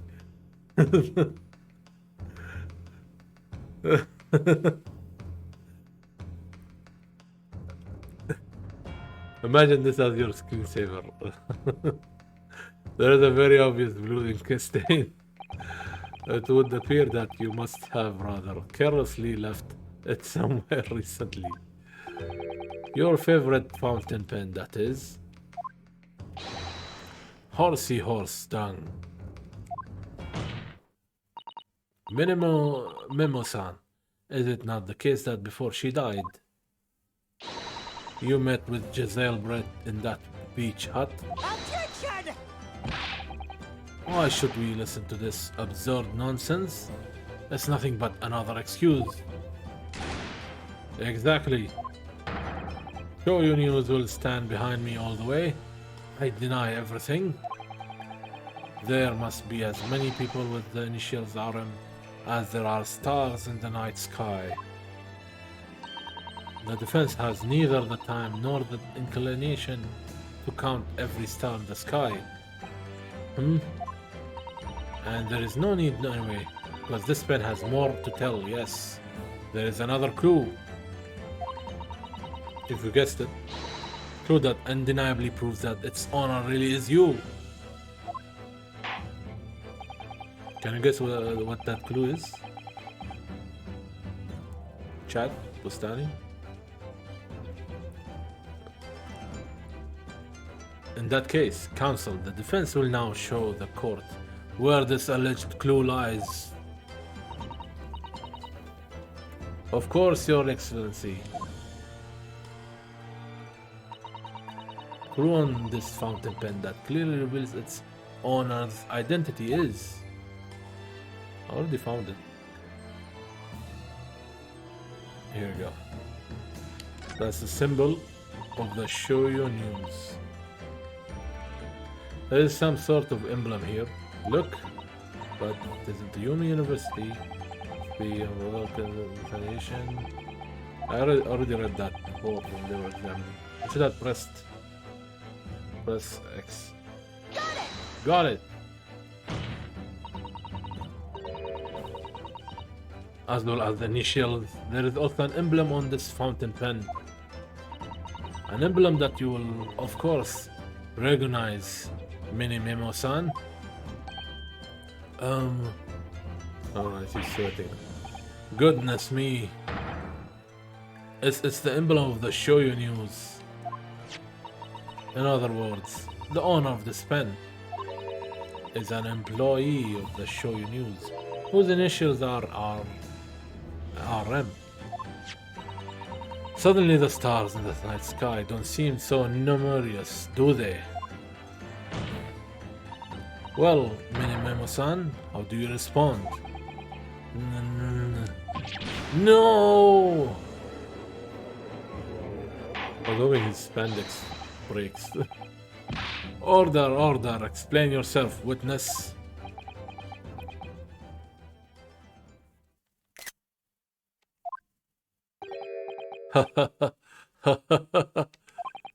So, this is how the mighty Supreme Court works, is it? Using coercive tactics to have well-meaning citizens reveal harmless secrets. I have used nothing but honest tactics. Alright then. Fine, I won't try to hide it anymore. Yes, not long before that grim tragedy unfolded. I, Shoyo News reporter on behalf of this public, conducted an interview with the English woman. An interview? You never mentioned this before. When exactly was this? As I said, it was before that evil little student girl showed her face in the hut. Couldn't have lasted more than 2 or 3 minutes. That's all. It was just a brief exchange. But it came to nothing. And as we say, the people won't pay their dues for unworthy news. Okay. However insignificant you deem to be, this court cannot overlook the meeting between yourself and the victim. You will testify now, under the oath, about the precise nature of this meeting and what transpired. Got it. Yes, alright. But on one condition. Condition? In all good conscience, I couldn't speak out alone about this. You needed to call back the earlier witness, Tosuke Natsume-san. He's keeping breaking the poor pencils. They're getting broken at the court. So Sasuke-san? Oh yes, according to my notes here, that man has a secret of his own, and brace yourselves. It's not a harmless one, it's a big... What? Minimalism that states that one man's secret is every other man's front page story. Very well, I will grant the witness's request in this instance. Officer, summon the real witness back to the stand.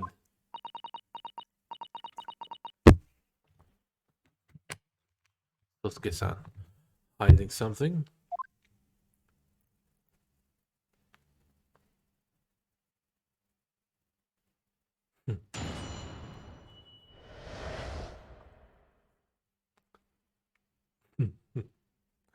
Okay.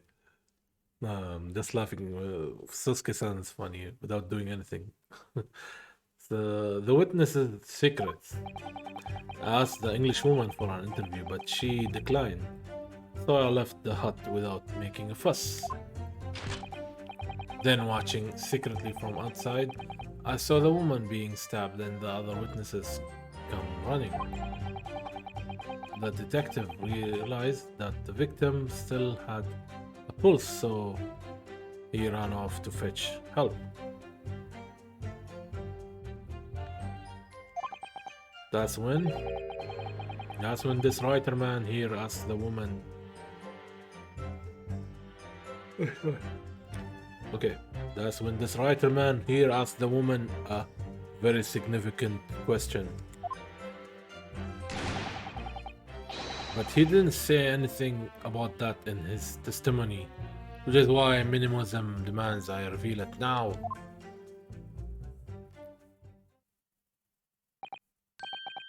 You mean to say the victim regained consciousness? Oh, well, and when she did, you decided to ask her a question? That's true. Yes. Hmm. He did, and that's not all.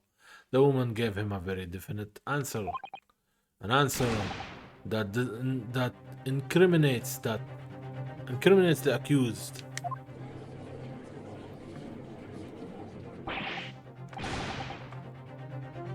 Many pencils, man. He got a lot of pencils. A journal always carries a box of pencils. This is preposterous. Why am I only hearing about this now? Why didn't you mention this before? You back? It wasn't even a conversation. Yes, I did pause the withering English Rosa question. I don't deny it. But she could no longer speak. She was barely conscious even. Counsel for the defense. I expect a thorough cross-examination to be conducted here. This court must and will know the truth. Absolutely, Your Excellency. The reporter is claiming that Miss Brett implicated Ray somehow. What on earth could have happened in that hut? Cross-examination. Witnesses' secrets. Could call this round 3. I asked the English woman for an interview, but she declined, so again I have to press. Hold it! They did do an interview. Didn't he say they did it? But she declined. Well, of course, I did. I wanted to ask her about the incident she was involved in at the end of last year. About the case in which Dr. John H. Wilson lost his life. That's not the way I phrased it. Minimalism calls for straight talking. Why did you murder Dr. Wilson? Is how I put it to her. Yes, that sort of talking is as straight as a ruler. Ask every question as if you're asking for a menu in a restaurant. I say, it's the best way. A veteran at the paper taught me that. And how did Miss Brett answer? With one simple phrase. Mystery is a woman's charm. Whoa, that told me, so I vaulted right out of there. Really? Something about that doesn't quite seem to fit together.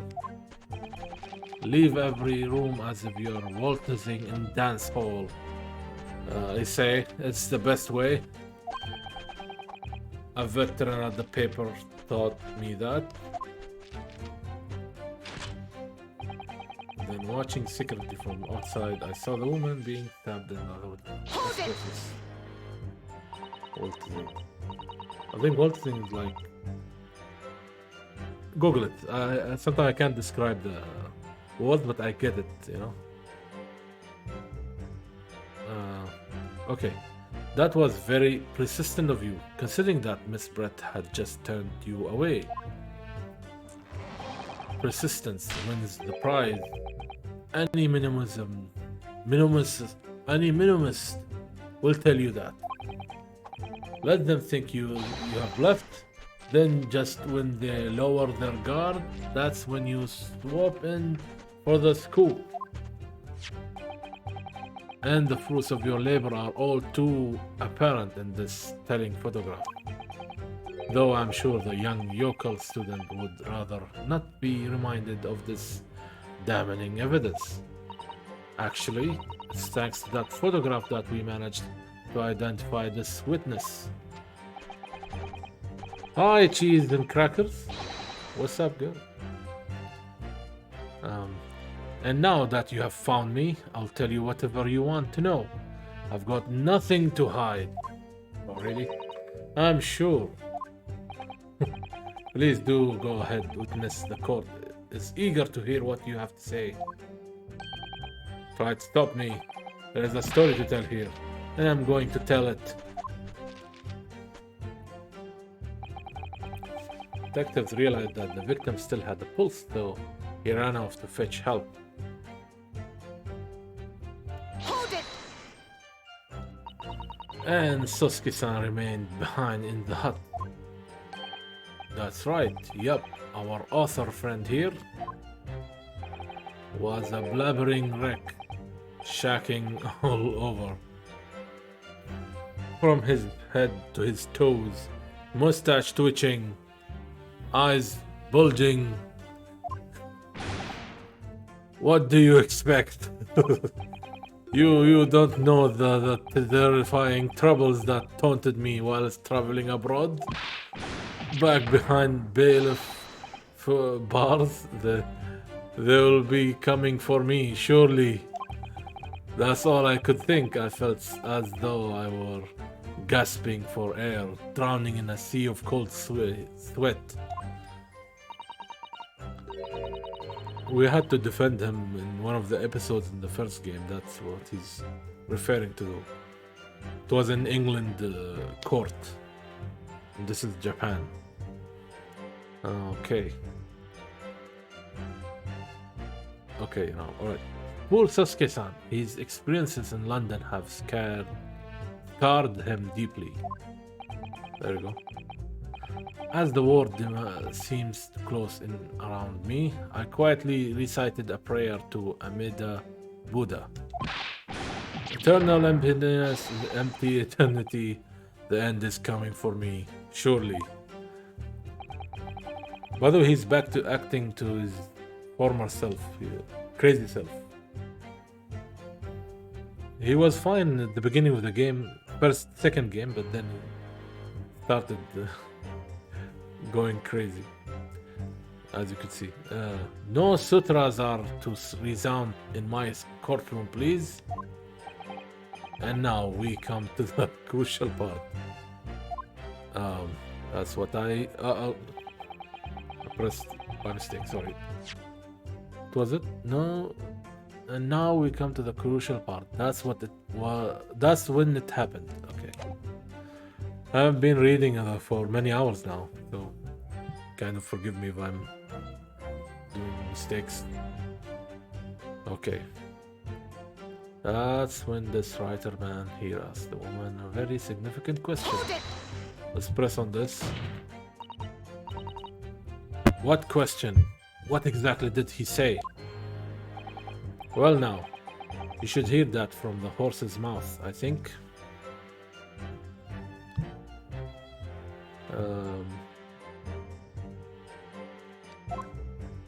Horse's mouth, he means this guy. Sasuke. Don't you, Mr. Writer Man? Arrgh. Out with it, you yokel hack. What did you say to her? What did you say to the dying English woman? What did he say? Right. Well, in truth, I've been catching crabs at the water's edge and building castles in the sand, you see? Well, the seaside is a place to be at leisure, I suppose, even for a grown man. But then all of a sudden, from that little beach hut, a young girl's panic-stricken cries for help pierced the air. Ray, I ran up the beach to see what was happening to find the defendant leaning over the collapsed victim. As soon as Inspector Hosnaga saw Miss Brett on the ground, he sprinted off to get help. And then, just a moment later, I heard a faint low moan, a moan from the dead Englishwoman. I nearly jumped out of my skin. A moan, you say, huh? What did you ask her, Sasuke-san? I asked her, who did this to you? Don't protract this any longer. How did the woman respond? She didn't. She said nothing in response. But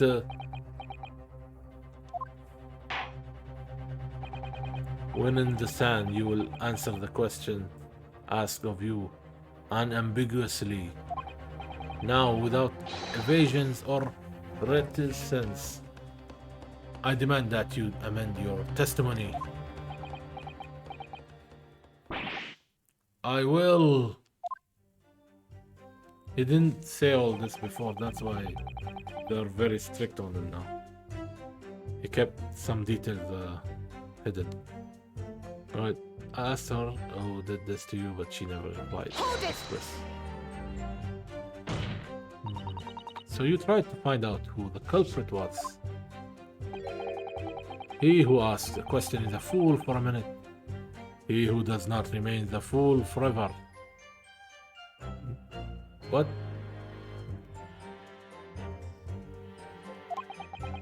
So you had to ask. And having been labeled a criminal twice during my time in Great Britain, I was quick to make up my mind. Better to be a fool for a minute than remain a fool in a prison forever. However, you have indicated that the victim failed to respond. Is that correct? I know why. I know why the Englishwoman said nothing. She was ignoring me because of my stoop and mustache, because I'm Japanese. Oh dear, Sosuke-san has really developed a dislike for the English, it seems. Yeah, no one defended him when he was accused and in Britain. No one except the Naruhodo. What was it? Ryuji Naruhodo something? Ryuji... The main protag. Yeah. Okay. Having read the report on his time in Great Britain, I can't say I'm surprised at his xenophobia. Xenophobia, sorry. X is silent. But the Englishwoman didn't ignore you at all. Did she, Mr. Writer Man? Well, yes, alright. She did respond in a manner of speaking, I suppose. She just lifted a trembling finger and pointed in the direction of the defendant. Hold it! Defendant. Miss Brett pointed the finger at the defendant. Sosuke-san, is that really true?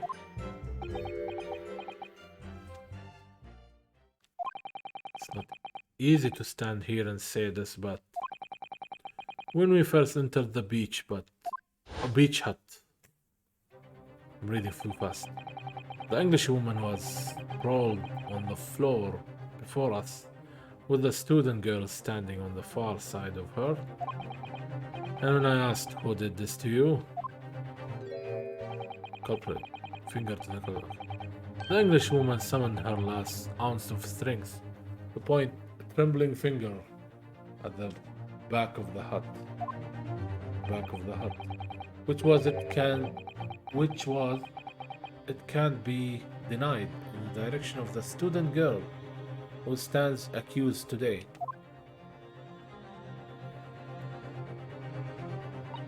Oh no. Oh no. That's not good. Sasuke-san, why on earth did you neglect to mention this in your original testimony? But. Fiddlesticks, I say. What's that? No. This is not a British court of law. You will respond in Japanese. Yes, of course, the English woman did point her finger towards the back of the hut. But I was trembling, and she was trembling, and everything was a blur. Everyone was trembling. Thinking about it, I feel as though that she was pointing in a slightly different directions. Actually, no, not slightly, in a very different direction to where the student girl was standing. To somewhere at the back of the hut where nobody was standing at all. You mean that your memory of events and the direction in which the victim was pointing are both unclear? Yes, that's it. Unclear. I'm very, very unclear. Objection! Okay. Okay, good. That's good. Your Excellency, surely this proves the matter of beyond all reasonable doubt. Yes, the woman may barely have been conscious, and yes, perhaps her fingers wavered slightly, but there can be no doubt that this was an attempt by the victim to confirm the identity of her assailant. Why? Because the court can see there was no other than the accused in the direction the victim was pointing. It is now abundantly clear that no one besides the accused could possibly have committed this crime. I'm inclined to agree. And in the absence of my credible argument to the contrary, I believe we can now conclude this trial. No, no! The headline's writing itself. Dashing lawyers hope dashed. 19.2 point across the whole page. We'll do an extra edition. This is a serious blow, Susaku.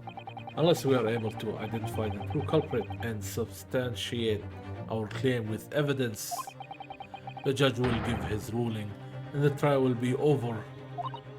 But that's impossible, Father. We don't even know how the crime was committed yet. Possible though the task may seem, we have no choice. We must think about over everything we have learned thus far. Okay, somewhere in all those details I am confident we'll find the clue we need.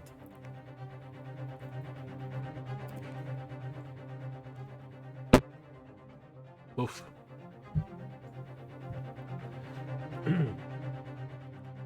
Somewhere the clue we need. Okay. Ray gave us her account of how events unfolded in the defendant antechamber before the trial resumed. She told us what happened at the precise moment Miss Brett was killed. The Englishwoman was sitting at the back of the hut, listening to what I was saying. See, this is different than what the reporter is saying. Reporter is saying she was waiting for the English woman in the hut, but this is clearly the opposite. Let's carry on. And then a moment later, she suddenly got to her feet before collapsing on the floor in front of me with a knife in her back.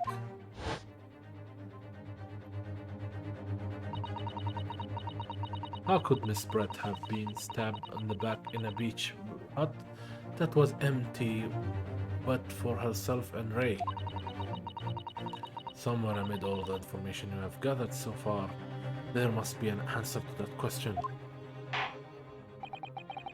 I take it then that the defense has nothing further to add. So, the gallant Yukel student luck finally runs out. I can't see I'm surprised. I can't say I'm surprised. Sorry. Ah, in that case, I'm ready to deliver my final verdict on this matter. This is the crucial turning point now. If I can't establish what really happened, it's over. Where was the real culprit hiding? And how did he or she stab the victim? We need to save.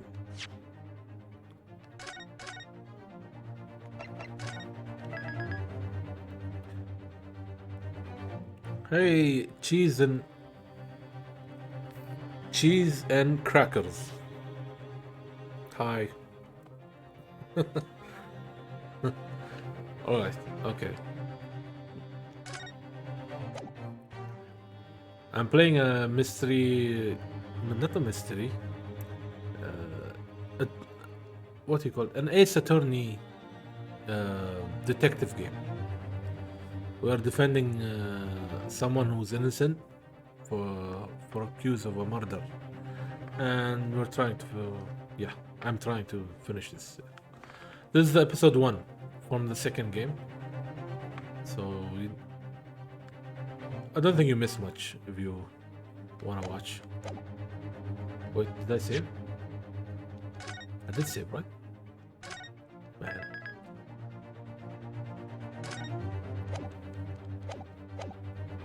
Okay. Where was the real culprit hiding, and how did he or she stab the victim? I know how. I don't know how. If I say I don't know, then I won't be able to do anything. I should say I know. It could be a different outcome, even if I say I don't know. But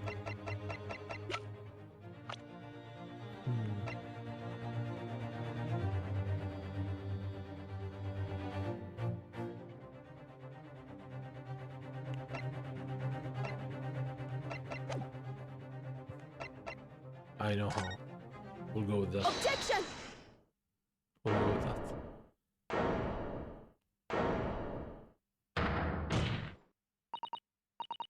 Your Excellency, I respectfully ask you to postpone your adjudication for the time being. Oh, to what end, counsel? The defense would like to present the court with an alternative theory. An alternative theory that can explain who the victim was actually trying to implicate with her dying gesture. Objection! An alternative theory? Huh. None exists. Objection! Objections. There was someone else present at the scene who could have committed this crime. What? And the victim, Miss Brett, tried to reveal who it was to those around her at the time by mustering all her remaining strength and pointing a trembling finger in the killer's direction. This is fiction, fantasy.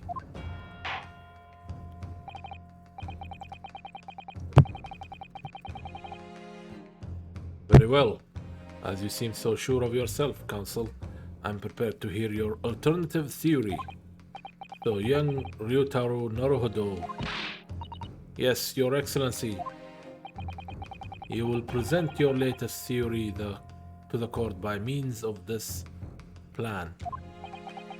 At the moment the victim was stabbed, where exactly are you proposing the culprit was concealed?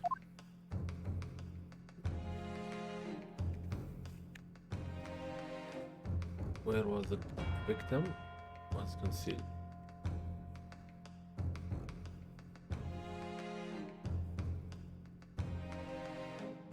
He was sitting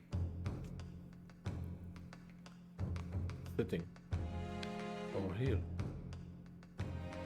Hold on. Let me look at the picture. Is that a chair? That's not a chair. Okay, she was sitting.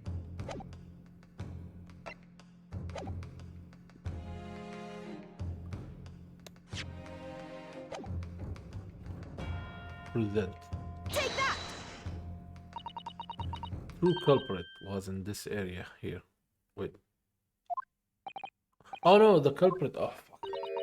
I mixed between victim and culprit. Oh, fuck. Oh no. He asked for the culprit.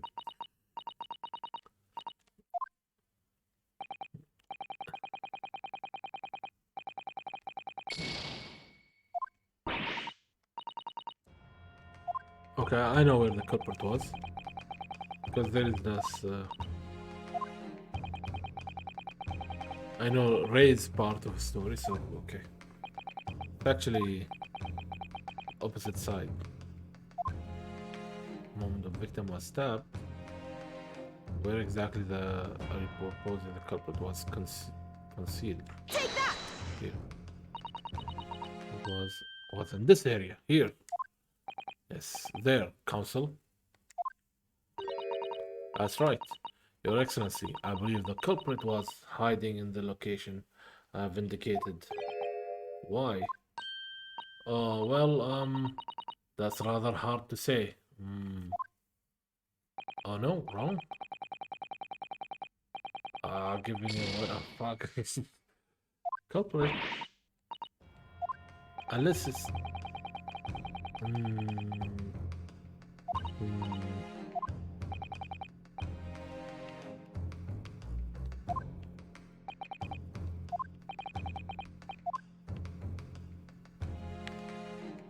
Outside. Could be outside. Take that! Naruhodo-san would never give up, and I'm Naruhodo now.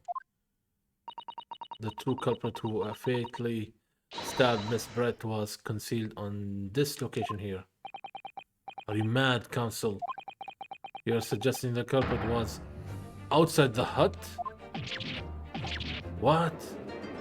Okay, got it. Got it. Order, order, order! But student lawyer Naruhodo-san, Esquire, that makes no sense at all. You have just pointed out the exact spot where I was hiding to get my scoop snap. But I didn't see any suspicious individuals loitering about. I can swear to that. Obviously, if the culprit had been outside the hut, there is no way that he or she could have stabbed the victim who was inside the hut. Actually, Prosecutor Ochi, there is a way. And in point of fact, defense can provide the evidence strongly suggesting that this is precisely the way Miss Brett was killed. You're bluffing. You're bluffing, you yokel. Defense assertion is clearly too fantastical for the court to comprehend. You will need to give us more guidance, Counsel. What piece of evidence corroborates your theory that the victim was stabbed from inside the hut? What's the piece of evidence? All that on the scene. On victim's back, no traces of poison was. Can I didn't examine it. Right, let me check before I provide evidence. Oh yes, this must be the victim's blood. Oh dear, blood is never a pretty sight, is it? I'm having to fight the urge to run it under a hot tap and get it clean. You've always been fastidious about cleanliness, haven't you? I think this is something else, Father.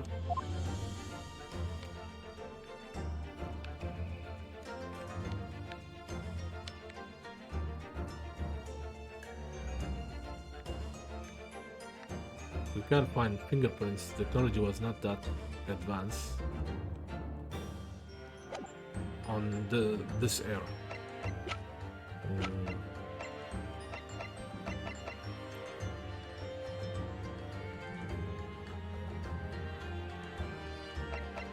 let's just check.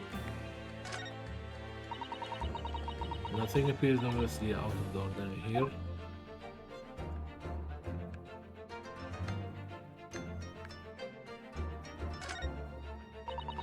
Nothing appears obviously out of the ordinary here, doesn't it?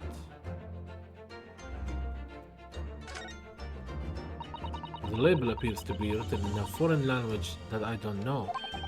It's German, so your knowledge of English is going to be little help here, I'm afraid. Couldn't you just have written medicine on it in Japanese? Then we'd all be able to read it. German is the international language of medicine, my dear. But yes, I can certainly see the merit in labeling the bottle in Japanese.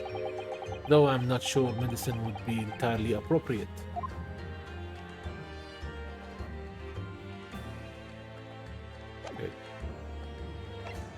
Okay, what do you want? What piece of evidence corroborates your theory that the victim was stabbed outside the hut?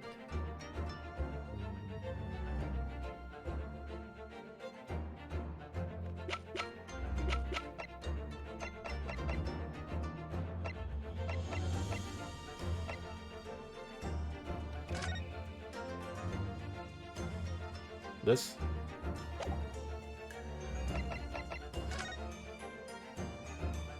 I see a gap over here. Isn't that a gap? Look. That's a gap. Take that! Oh, the original photographic print of the crime scene? Yes, it's clearly visible in this print. The trace of fatal thrust that was delivered from outside the beach hut. Objection! Do you take us for fools? There's no hint of any such thing. I'm not sure that everyone present would agree. Someone at least appears to have noticed what it is that I'm referring to. Counsel, once again, I must call on you to be explicit for the court. Where on this photograph is the traces of stabbing which you claim took place from outside the hut? Time to point it. This way. Take that! Take that. Look closely just there. There you go. In the screen at the back of the hut, you can see the effects of a blade having been forced through the reeds. No, I can't. I can't see any such thing. Even with his sunglasses, even with his glasses, he can't. Okay, it's true that the hut in question had 4 walls, as you would expect. However, by parting the reeds, a knife blade could easily penetrate them. This is extraordinary. Yes. The true culprit actually stabbed the victim from outside the beach hut. Oh. And of everyone present at the scene, there is only one person who could have done that. Only one person who was directly outside the hut when Miss Brett was killed. Right in minimum time. Could only have been you. Found him. No! That's it? Objection! You won't break his spandex? This preposterous idea leaves me almost speechless. Just look at that photograph again. The victim lies almost exactly in the center of the beach. But does she not? Are we to assume as part of this farcical scenario that the assailant was a knife thrower? Objection! No, of course not. We're not. We're not. Recall the testimony of the defendant about the events just before the victim's death. Inside the beach hut, I confronted Miss Brett, but she just sat on a stool at the back of the hut, smiling sweetly at me as if she knew she was untouchable.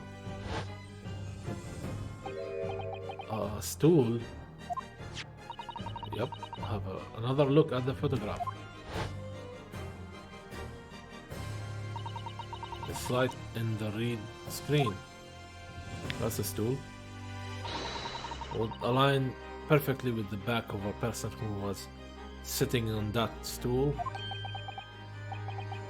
My word. So in fact, the victim was killed while sitting on that stool by a stab wound to her back delivered through the read screen.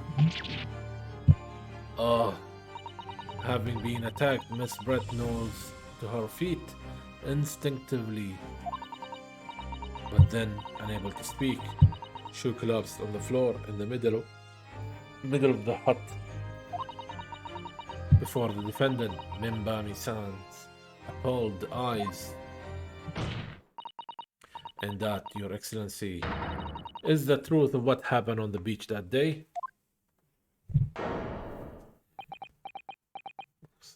He's the killer. He's the killer. Minimum-san, by your silence, Minimum-san, I take it that you don't deny the charge.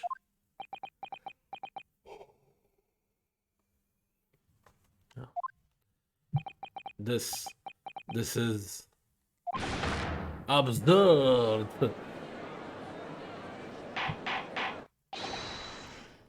That will do. It would appear that we have a tacit admission of guilt from the witnesses. Accordingly, this court has successfully established the truth of this matter, which means that the defendant, Mimbami-san, is innocent of the crime. Innocent? Oh, thank goodness. Finally made him cave. I must say, I have never been more proud. Alright, yeah, Mimbami-san, right. Both have similar names.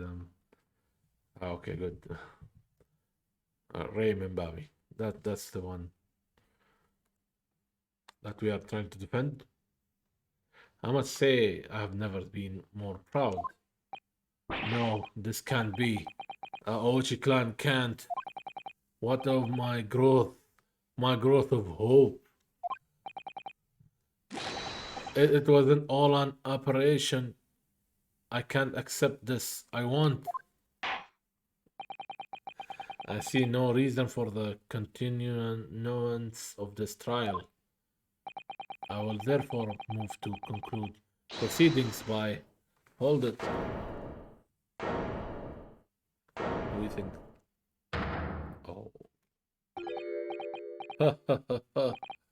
Well, this is all very convenient. This is how the highest court in our mighty empire delivers justice, is it? Suppressing well-meaning citizens' freedom to speak and branding them as criminals. Okay, maybe he's showing us his another face now. We have established that the victim was stabbed from outside the hut through the read screen walls. And no one but you was in place at the time to have his hand on the hilt of the blade. It's a perfectly logical deduction. So your argument hinged on location of whoever stabbed the Englishwoman, does it? Well, it seems a little irrelevant now. Irrelevant? Where she was stabbed, how she was stabbed, it doesn't matter. I mean, whether she was stabbed at all makes no sense. Makes no difference if you think about it. After all, this trial's already shown the whole thing hinges on something else.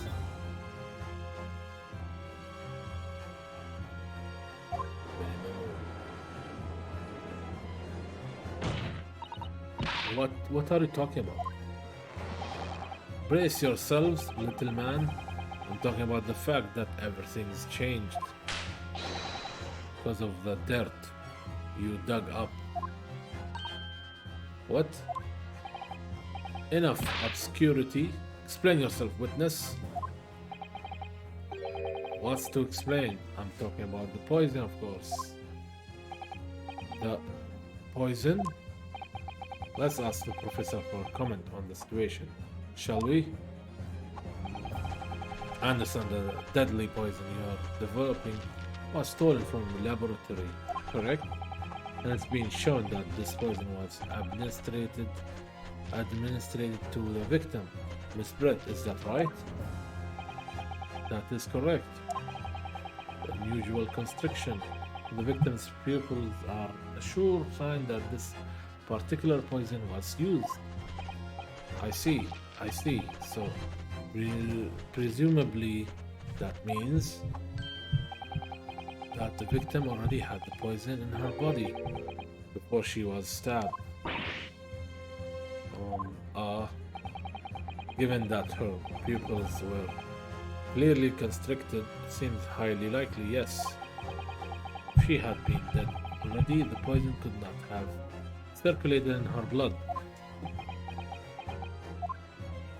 Okay, now we're talking about this. The weapon and how she died. They like to go into many details. Oh, how refreshing to hear the argument of a metropolitan mind.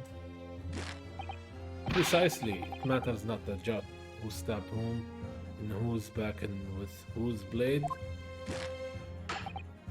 Because, quite simply, the Englishwoman's life was taken not by the knife, but by the poison. Objection! Okay, blaming the poison.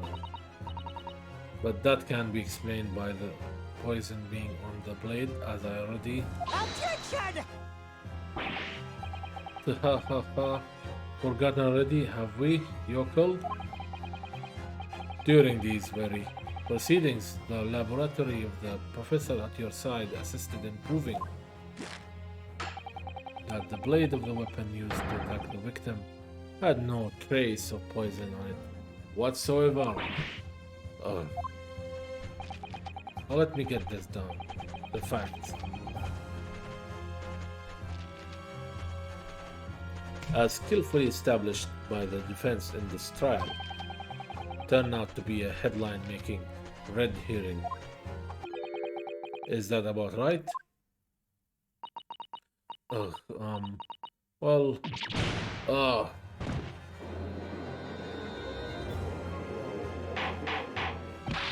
I didn't get that, but okay.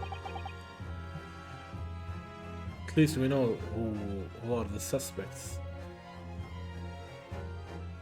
Or culprit, real culprit is. But we need more definite answer for murder weapon. Order, but where does this leave us? How in that case that the poison entered the victim's body? There is an undeniable obvious answer to that. The lady most likely imbibed it?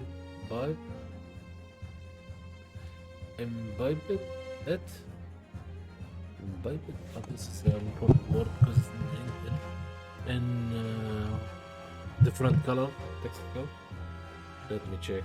What does this mean?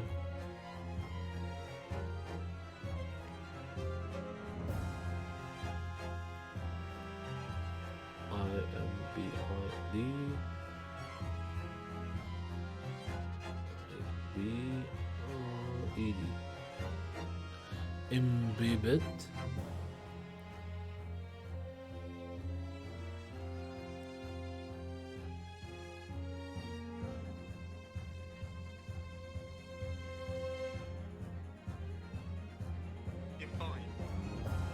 Imbibe.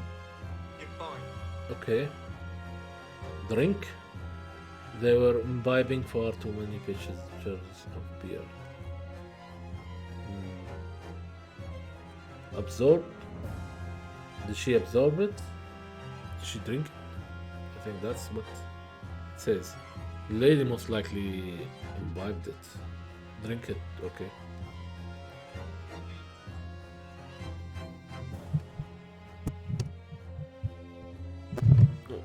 Hold on.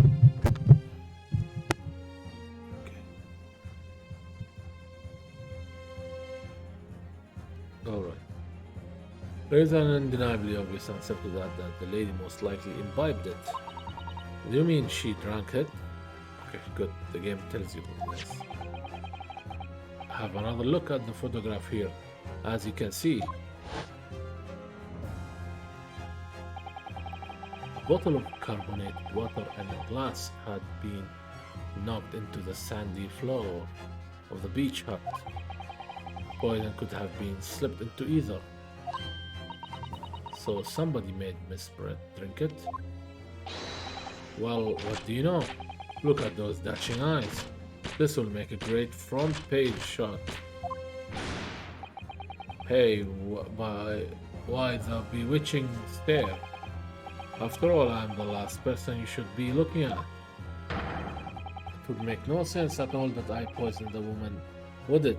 I mean, that's been established already. Hold it! Established? What are you talking about? Don't tell me you have forgotten.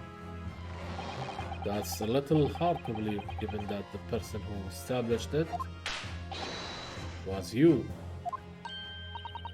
Me? What on earth does he mean? Oh, let me capture those wide eyes. This is prime press fodder. This is... It would seem that this trial is not destined to end yet. After all, I hereby call upon the witness to give further testimony. That's good. That is, let me get a shot of that magnificent breed, Your Excellency. You claim it to be impossible that you were the one responsible for administering the poison to the victim. You will explain to the court in your testimony the basis upon which you make such a claim. I'm a journal, and I'm a man. I've never tried to run or hide from anything in my life. And I'm not about to start now, because that's minimalism. For a brief moment, I thought I would eliminate the truth, but it slipped right back into obscurity again.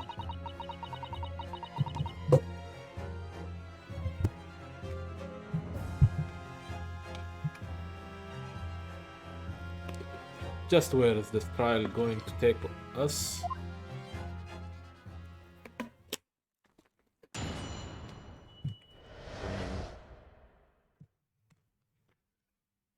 Okay, complete innocence. Hold on, I'll get another bottle of water.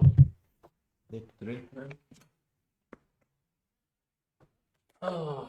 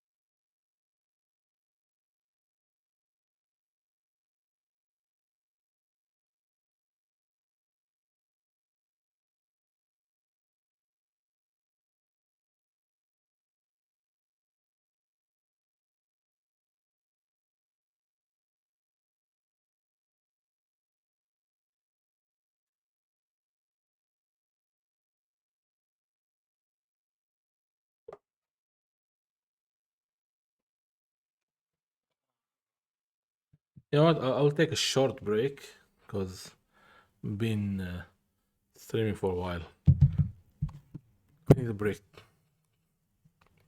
Break to catch a breath. All right. So quick BRB.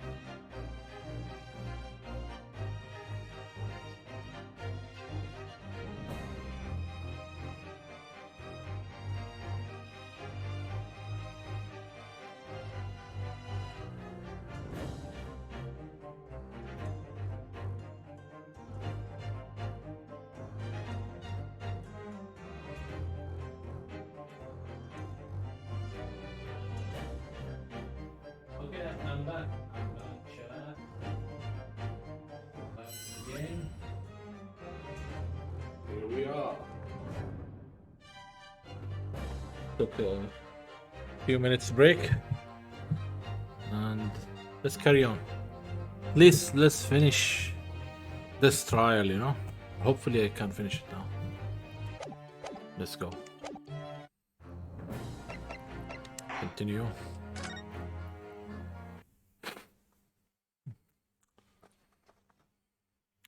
A complete innocence. We have to prove that he's the killer. We already got him, but he's playing around with the weapons of murder, saying the weapon of murder is not the stabbing knife, the poison. So now I have to prove him wrong, or somehow prove it that all linked toward him. We'll see now. Complete innocence. Oh yes, I stabbed the English woman, and it's that very fact that proves I'm innocent. Okay. Because why would I have bothered to stab the woman if I would already poisoned her? When I heard the student girl and that pompous English murderer arguing, it got my goat. If the courts weren't going to punish Brett for what she did, someone else would have to see justice done. It's like he's saying his motives. Okay, so you admit it then, that everything happened as I described. That you are the one who stabbed Miss Brett in the back through the read screen. You can't blame this miserable country of ours. Wow. Okay. A country that bows to the pressure of foreign powers and lets murderers walk free? What kind of future can a country like that have? That's why I did it. I did what our pathetic leaders didn't have the guts to do. Slap bang on the middle of that charming lady's back. I plunged the blade of a sweet justice right in there.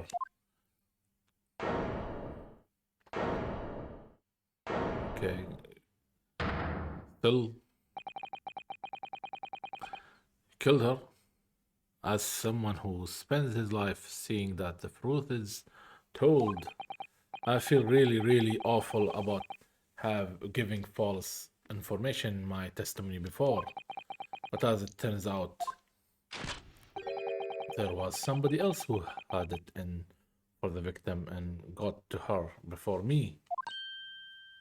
Okay, that's how it's playing. That's right, you guessed it. That pretty little student girl. Now there is a woman after my own heart. You're implicating Ray again? She's the one who gave the poison to the English woman, ended her pitiful existence, and suddenly, snap, this journal here is off the hook. The argument is found, certainly. If the witness had administered the poison himself, he need only have waited for it to take effect. Subsequently stabbing the victim in the back would have been entirely nonsensical, and therefore this reporter had nothing to do with the poisoning. Guess it's all quite logical. This guy... That's right, it is logical and true. I'm glad you have all seen the light. Justice at last. This is unbelievable. And after I have made so much progress in proving his guilt, is he going to get away with it now? We have to check the knife again. Think of Kazuma-san and Naruhodo-san. They never stopped looking for a way forward until the judge's final gavel. Yeah.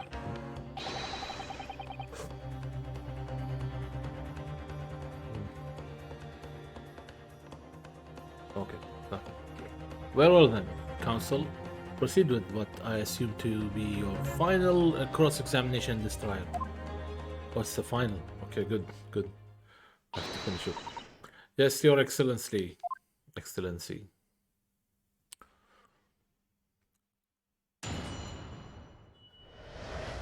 Let's call this final round. Complete innocence. Oh yes, I stabbed the English woman, and let's press on this. Gonna press all the statements. All the new statements. So you do admit that you had murderous intentions towards the Miss Brett then? Huh, the woman's very existence offended my sense of justice. Your sense of... is claiming some sort of righteous indignation. She was pure evil, cold-blooded killer who had committed murder right there, right here on our empire's soil. But did our good-for-nothing government do anything? Not a chance, so I had to step in. Fly the flag of justice, put things right for the people. Yes, it was my civic duty. That's what drove me to do it. Now he's different. He's almost like a different character. So in a summary, murderous intentions then. Whatever you want to call it. The point is this. That Englishman was a blight. I had to do what was right for society. Yet a real wrong was done by the student girl in the dock. Crime for which she must pay. Obviously, because the poisoning was nothing to do with me at all. Because why would I have bothered to stab a woman who had already poisoned her? Hold it!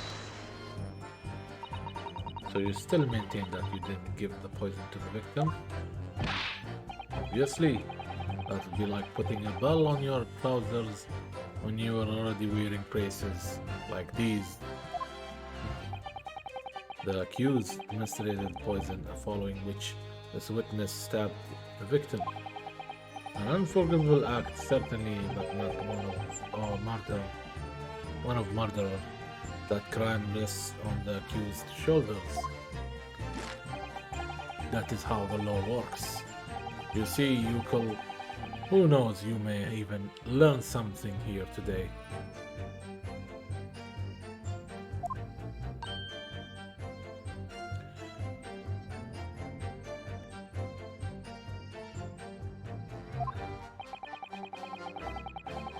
Two consecutive attempts on her life in the space of minutes. Quite a day for the victim. Do something that evil and you've got it coming. That's how the law works. The law of reckoning. That's not the kind of law this court upholds. You will reiterate why you were compelled to stab the victim then, witness. When I heard the student girl and that pompous English murderer arguing, it got my goat. Hold it! What exactly were they arguing about? About what happened in that restaurant 9 months ago. That's what. Student girl was lying to the English woman for killing her beloved mentor, Dr. Wilson. Yes, John H. Wilson. A professor of medicine, invited here from England by Professor Mekotaba, no less. Right, but the English woman just jeered. Jeered. So I'll just quick Google here. Google is your friend. Not always, but for this reason. Jeer. Okay. Make rude and mocking remarks typically in a loud voice. Some of the younger men jeered. Okay. Oh, okay. Make fun in a loud voice. Got it. It was simple.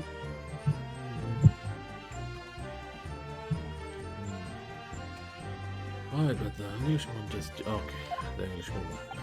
Her case was to be heard by the British consular court in Shanghai. However, there is a little doubt that she would simply have been acquitted and sent back to her homeland as a free woman.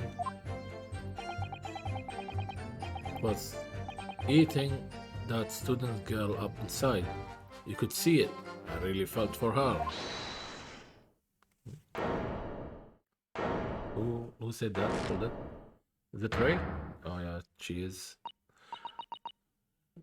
It's her. I can't stand here and listen to this tripe.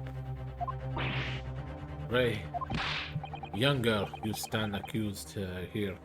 Can't just blurt out whenever you feel like it. No, you can't. Sorry, but I'm in the middle of some very important testimony here. Just keep quiet and listen. But this awful man is making all this up. So Sato, please, you have to make them listen. Flying, of course. Return to the dock at once, Membami-san. We're in the middle of a cross-examination. Hold it! Your Excellency, please, I implore you. That journalist is clearly not a trustworthy witness. Exactly, he's a filthy, rotten, black-hearted bigot. Dirty, great peeping Tom. A man of culture. Whoa, take it easy there. He's a man of culture. Found him now. Finally, somebody said it. Not an exact word, but peeping Tom, come on. We'll take that. Please, I really think the court should hear what the defendant has to say. Your Excellency, I see no need whatsoever to entertain the accused's remarks. I will grant the request of the defense. But, Your Excellency, this is likely to be the final cross-examination of these proceedings. As such, I believe it would be ill-advised to stifle the defendant's obvious concerns. So, whilst recognizing that this contravenes regular protocol, I hereby call upon the defendant to speak. Oh, thank you so much, Your Excellency. It was nothing to do with Dr. Wilson. We were discussing the stolen poison. Hold it!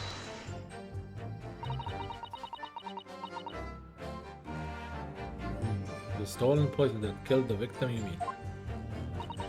I suspected her of being the one to steal it. I mean, just think about how she killed Dr. Wilson. That's true. Additionally, Miss Brett certainly had knowledge of the new poison. But surely it would be no easy task to steal a highly secret toxin being developed for the government. Indeed, all visitors to the laboratory are thoroughly searched on the leave.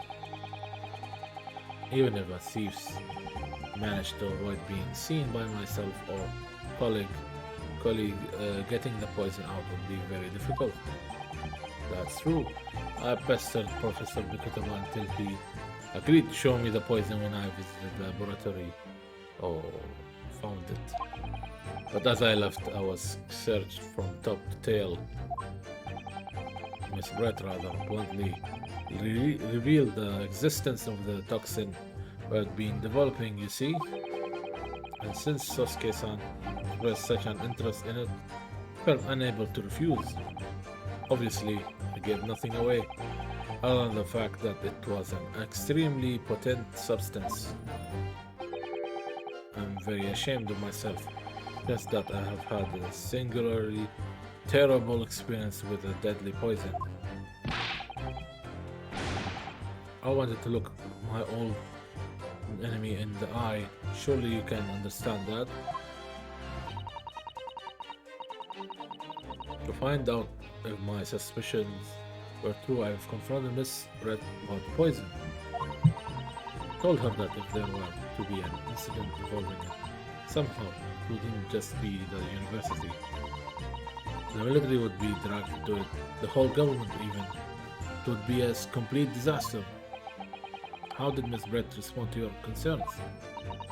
He just curled those beautiful lips of hers and said she didn't know the first thing about it. In English, actually. Oh yes, Minamemo-san. One small question if you don't mind. I do mind. Can't you see I'm busy? Clearly you were outside the beach hut, listening in whilst the defendant and Miss Brett were conversing.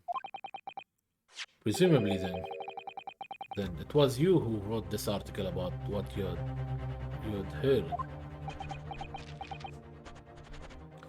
Okay.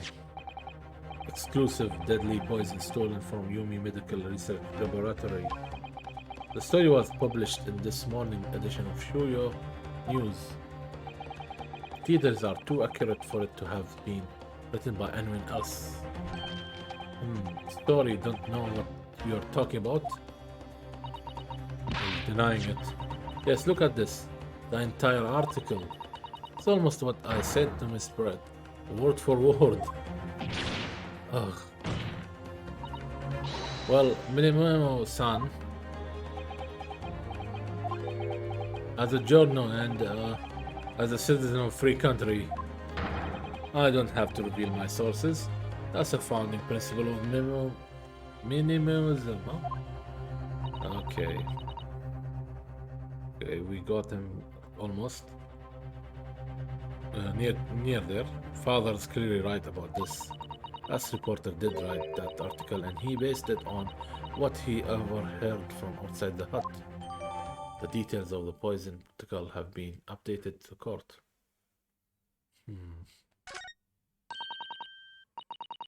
That's what it was all about. You were trying to cover up the fact that you were listening in. That's why you came up with that stinking story about me arguing with her. Shut up. My stories never stink. Look, whatever you say, little girl, it doesn't alter the facts. Your Excellency, there is something I want to say and I want it to go on record. Very well, you may amend your formal testimony.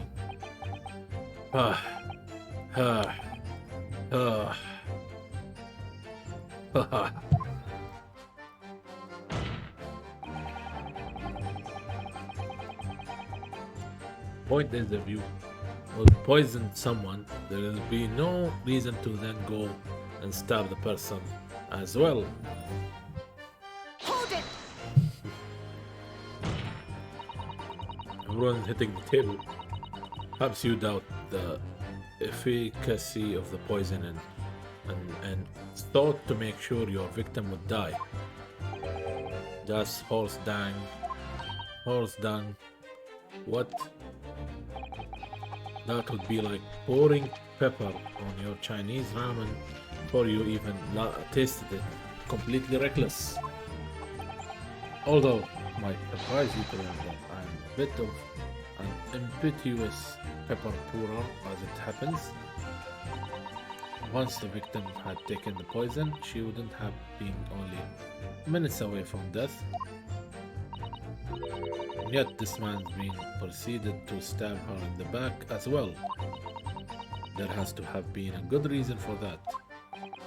If it was the reporter who gave the poison to Miss Brett, then clearly he must have done it prior to entering the hut. Yes, that's undeniable. But between him leaving the hut and the victim being stabbed, there was one very crucial change in the situation. Sorry, what change?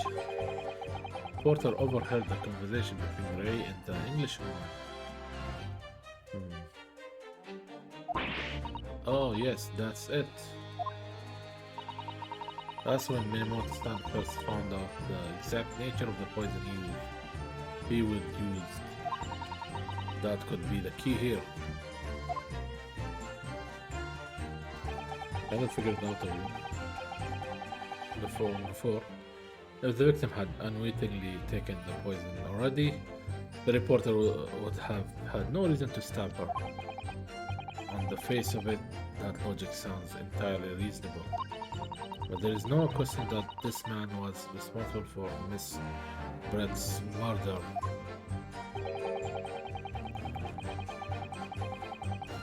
And we could think of a plausible explanation as to why he might have stabbed her even after the poisoning. Feel sure that everything would drop into place. That's what we should be looking for. Yes, I agree, and in order to do that, I must try to glean more information. Sure. Oh yes, I stabbed the Englishwoman. Is that very fact that proves I'm innocent? Hold it! Wait, we're back, right? Yeah, we did this.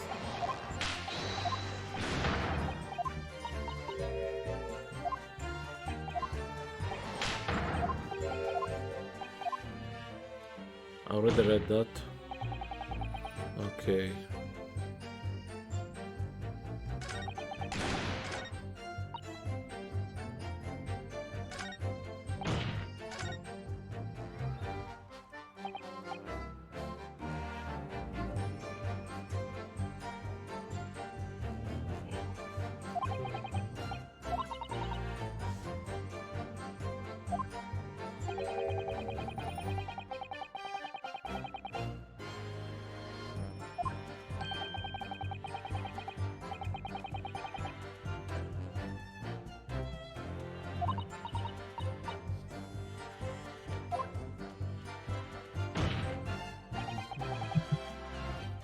Let's just save, because I only have three chances.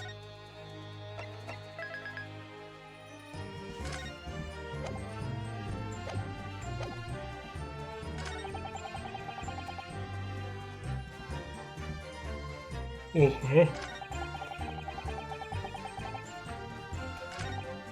Why would I stab when I heard this to be honest though?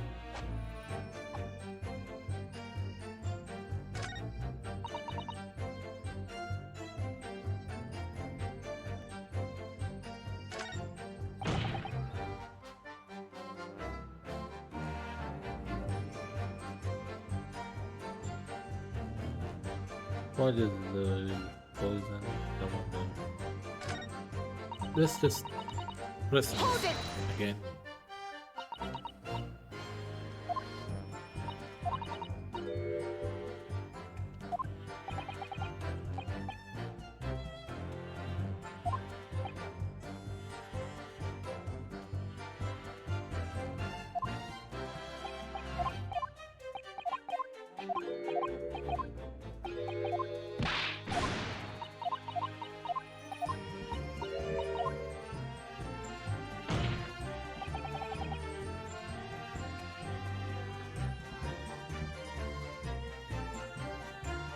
No reason.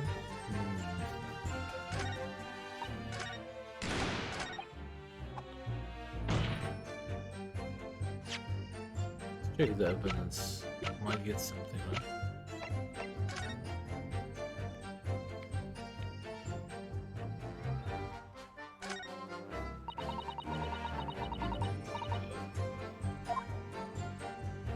So there is no poison in the knife.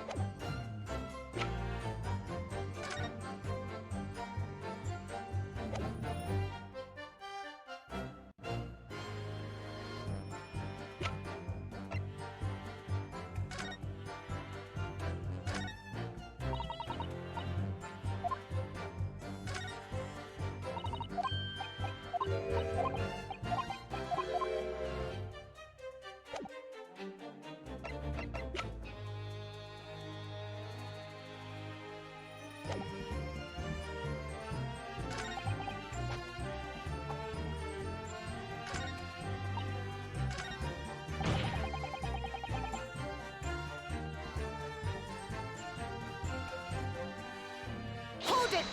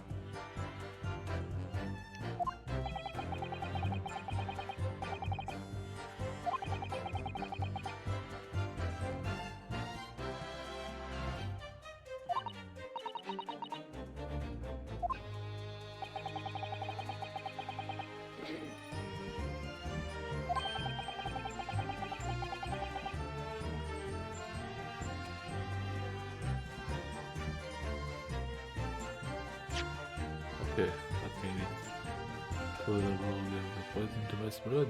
Clearly, they must have done it prior to Ray entering the hut. Yes, that's undeniable. Between him leaving the hut and the victims being stabbed. Sorry, change. I've overheard the conversation between Ray and the Englishman. Right?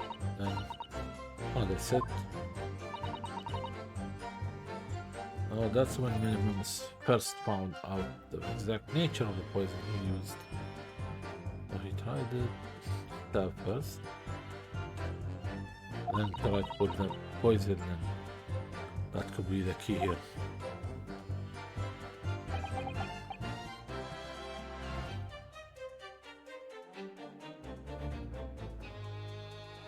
If the victim had unwittingly taken the poison already, the reporter would have had no reason to stab her.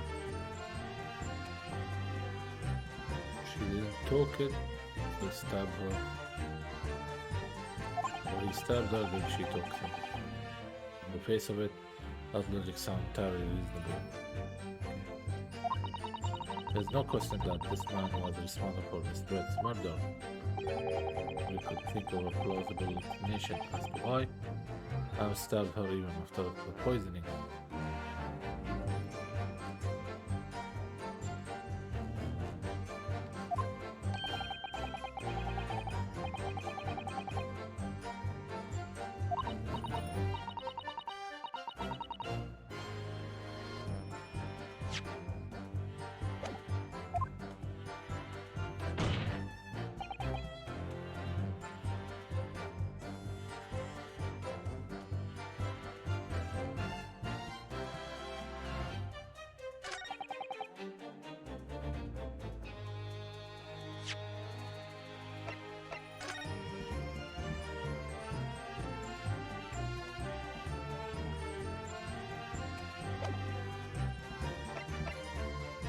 Objection! Trying. That's the statement there, well. Question is counsel what does well.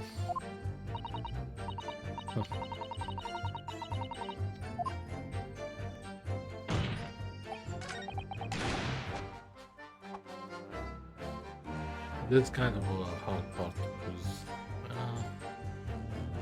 when I had the student against that this English mother again, but my go.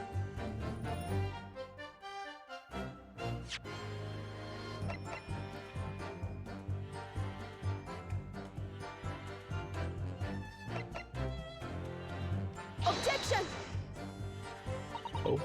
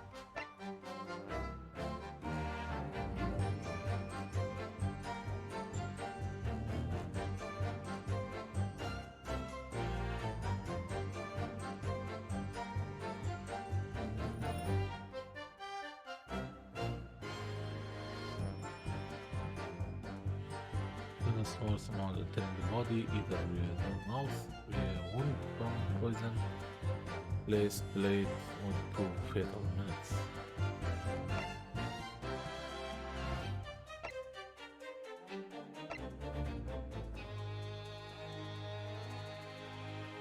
Okay. Getting tired.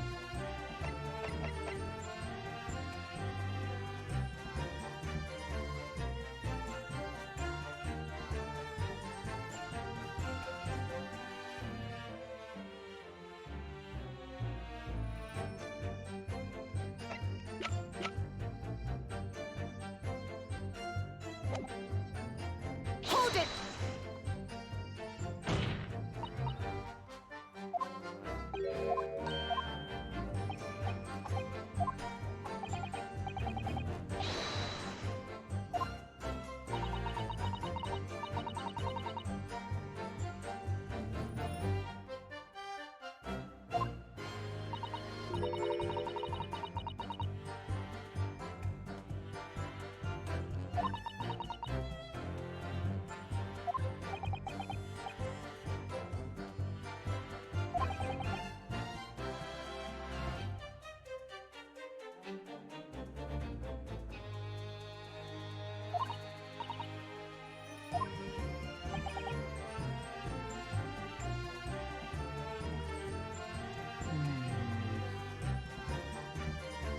And then leaving the stab.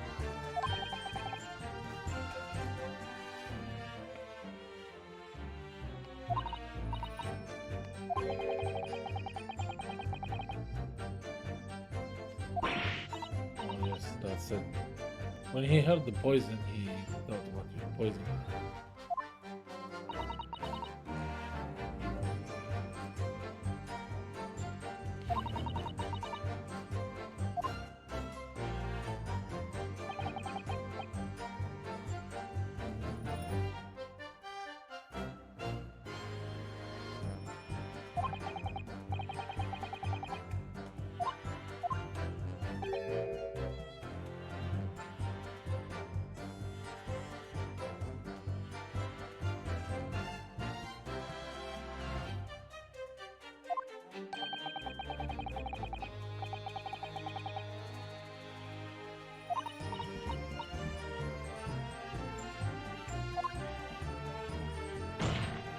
Need more information.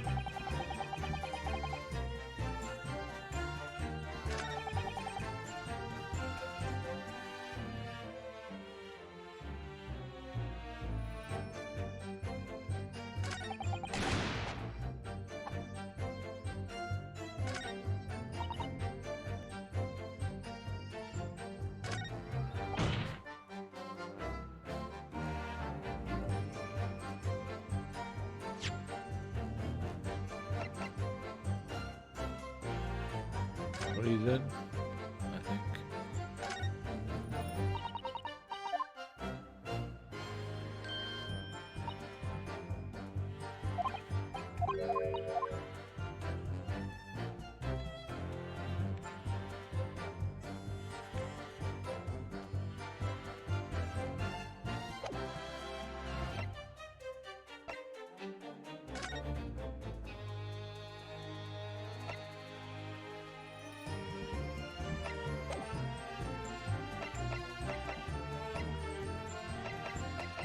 Objection! Okay, got it. Oh, my eyes are deceiving me, خلاص. Well, I can't think of one reason. Well, what? But before I explain, I would like to confirm something for the court. Did you glean all the information for this newspaper article from what you overheard outside the hut? Of course he did. There can be no question of that. After all, when we were all in the laboratory together, all we were told is that it was a terrible toxin.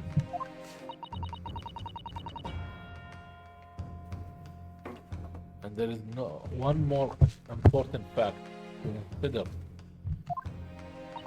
According to the witness, when Barney found verbal attack Yes, the victim began as soon as she entered the hut.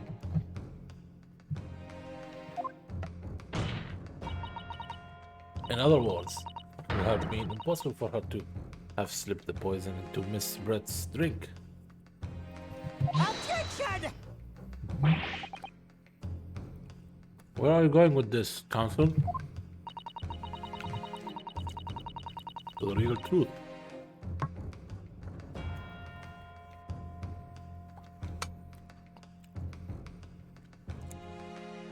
Many moments has made it quite clear that he observed every single thing that happened in the beach hut. The defendant had somehow found an opportunity this man would have seen it.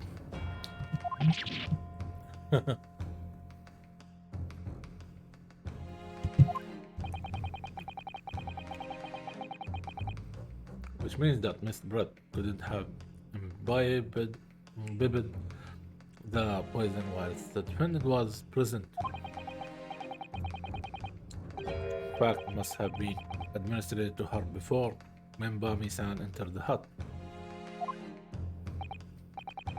Yes, very articulately put. When I walked into the hut, I immediately started to press Miss Brett about the poison. At which point, San overheard some worrying information. Warning information? What warning information? Information which he subsequently included in his newspaper article, namely that the poison was being developed in strict secrecy and that it couldn't be readily obtained. Absolutely, in fact, that's quite an understatement. The only possible place it could come from is my lab. And furthermore, anyone afflicted by the poison would exhibit telltale signs in death. The extreme constriction of pupils. Yes, it's quite stark when you see it.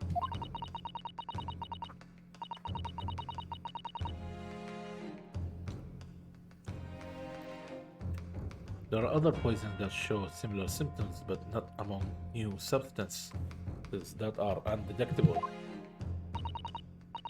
In other words, it would be clear that victim life had been ended by the use of this particular poison.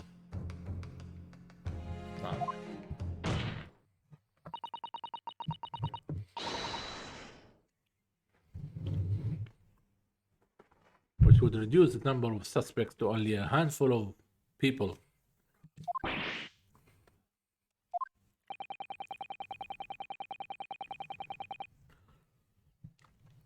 Everyone in my laboratory is aware of the unique properties of the toxin we have been developing. None of them would be foolish enough to attempt to use it for some nefarious deed. Membami-san being no exception.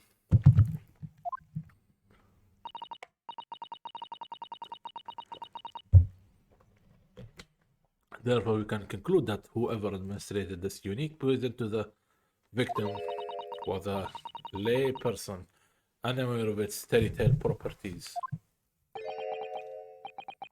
In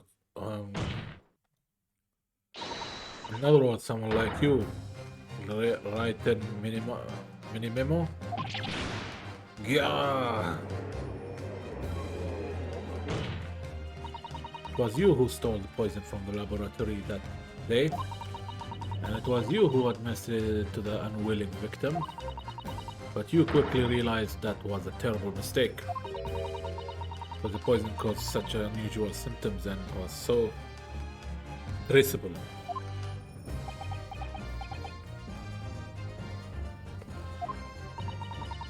As you listen in from the far side of the beach hut, then all you learn of these facts, but you had already given the victim the poison of that point was too late. So you hatched a plan to disguise your mistake. A plan that involves stabbing the victim in the back through the read screen. Objection! But, but what good could that possibly do? Isn't it obvious? Counsel. Plan was to kill Miss Brett before the poison could take effect.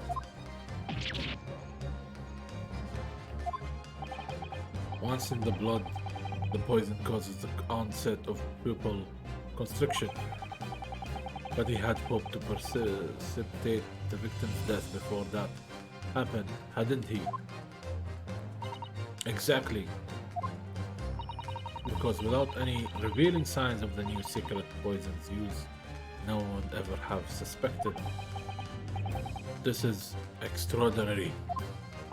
Yes, the effects of the poison meant it would be too easily identified, so the killer had to mask its use, which he attempted to do by plunging a knife into the middle of the victim's back.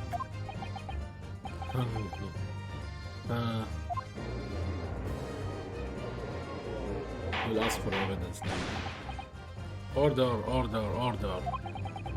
Argument presented as is sound. The court is satisfied that warrants consideration. Does the prosecution have counter-argument it wishes to put forward? Well, there are a number of, yes, I counter completely. Objection! Yes, no confidence. Prosecution's evasive response clearly shows that much the same way as he nurtures the remnants of his top note, he is clinging to lost hope. Lost hope? Hold it.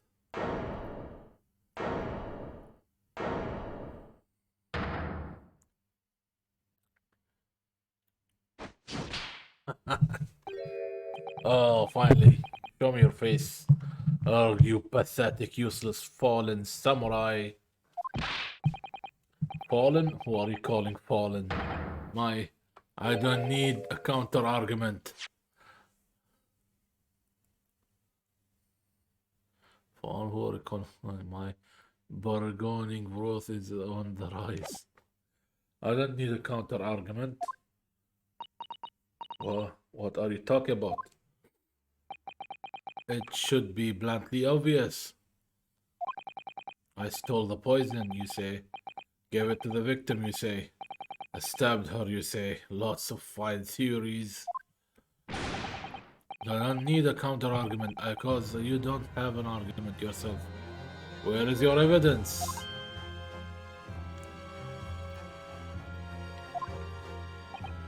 Yes, you make it all sound so plausible, don't you? But without evidence, it means nothing. Nothing. Where is I base my news on facts? Facts? What do you mean? Explain yourself. I mean, what the professor said earlier in this trial.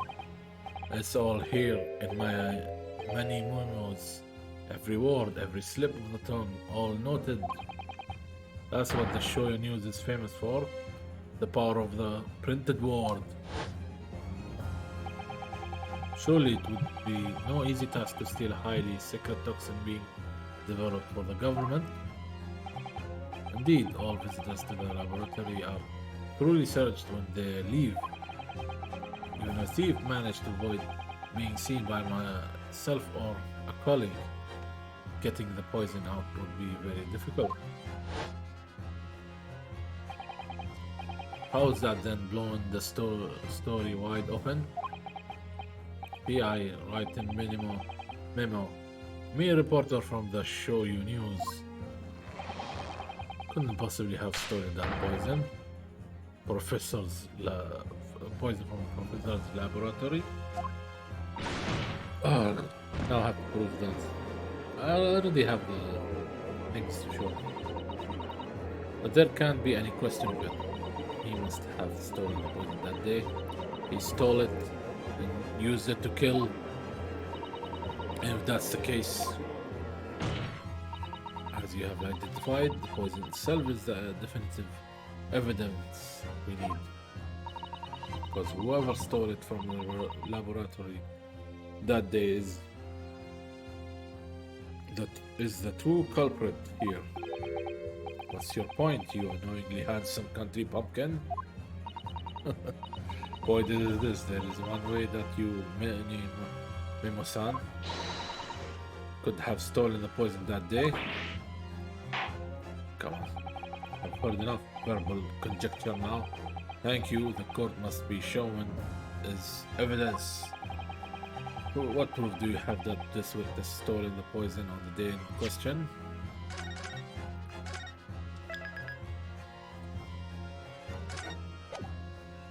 We're almost there, don't worry, we're almost there. Take that! I'll show the pen. The proof, Your Excellency, is this fountain pen. Huh? Fountain pen? How can that possibly be relevant? These magical pens somehow seem to have enough ink to write many thousands of kanji characters.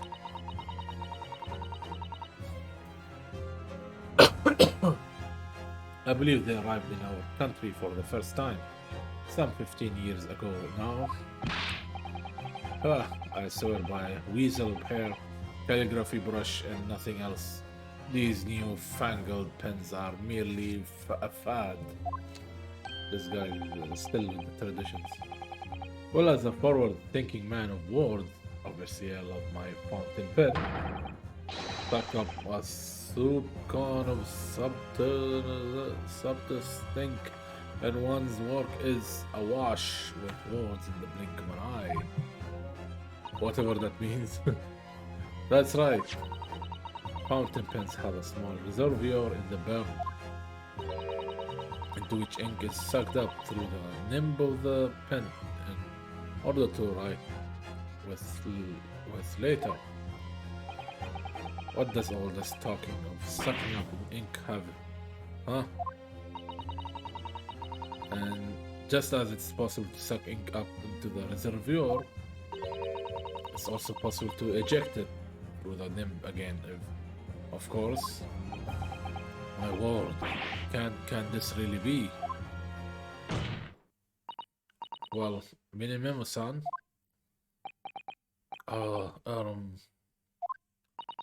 when you saw the deadly poison before your eyes in the laboratory that day, you used your fountain pen, your very lifeblood, to steal some of it, didn't you?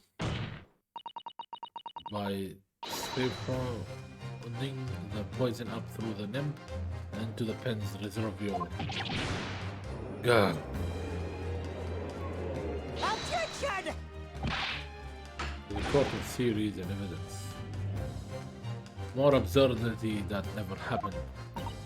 True, we have heard that there are procedures in place to prevent thefts like this from laboratory. But would anyone have thought to look inside the fountain pen of all places? No, I'm a little ashamed to say that for fear of offending our guests, such a detailed search would not have been conducted. Well, this is quite startling, I must say. I remind the court that this pen was found in the clutches of the victim when she died.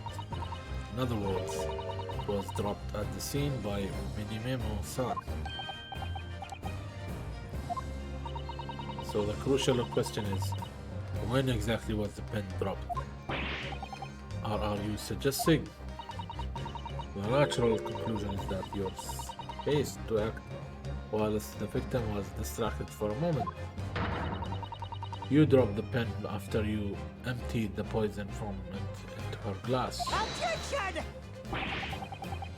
There could be any number of alternative explanations for example, the witness could have been using this pen to write down details of his conversations with the victim.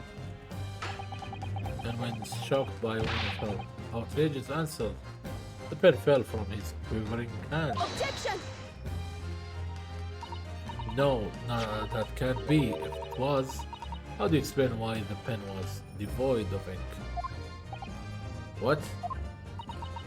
As you can see for yourself, if you examine the evidence, there would appear to be no ink present in the reservoir. What newspaper reporter goes to interview someone with nothing in his pen? No, the pen was dropped after the poison that filled its reservoir had been emptied into the victim's glass. Witness, what do you have to say in your defense?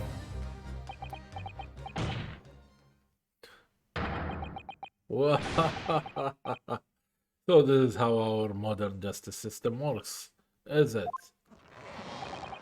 Come on, break it. So what if the ink in my pen runs dry? So what if my pencil snaps? Yeah, more. Can always claw my way back into the game. Have plenty in reserve. He threw pens on.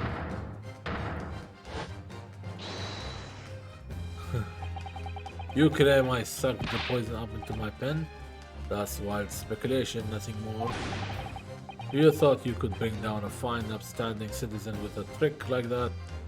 Think again. Looks as though it's going to take one final decisive blow to finish this matter. As I see it, the situation is now very simple. Rest upon whether or not this witness did indeed steal the poison on the day in question, and therefore it all depends upon whether or not the defense can prove that he did with evidence. No such evidence could possibly exist. Objection! Minimemo-san, this is how our modern justice system works. What? In the courtroom, evidence is everything. Something you would do well to remember. Because we were well past the point of speculation at this stage, I assure you. Very well then, I call upon the defense to present the aforementioned evidence. This is that then. This will be the final piece of the puzzle.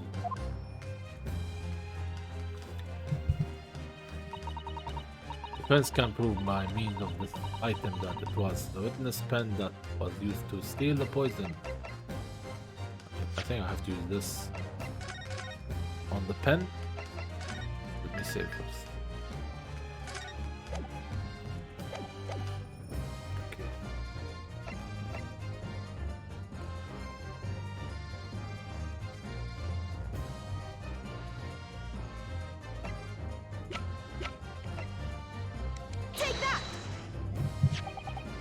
Counsel, what is that bottle? This bottle contains a unique chemical reagent that can identify the poison in question. Yes, that poison is an entirely new synthesis of alkaloids developed by my colleagues and I. It would be impossible to detect traces of it by any other method. Or from another perspective. Simply with this chemical reagent, anybody at all could check for traces of the poison. A reagent? What? One drop of the content of this bottle on the tip of your fountain pen, Minimemo-san, is all it will take to solve this case beyond all reasonable doubt.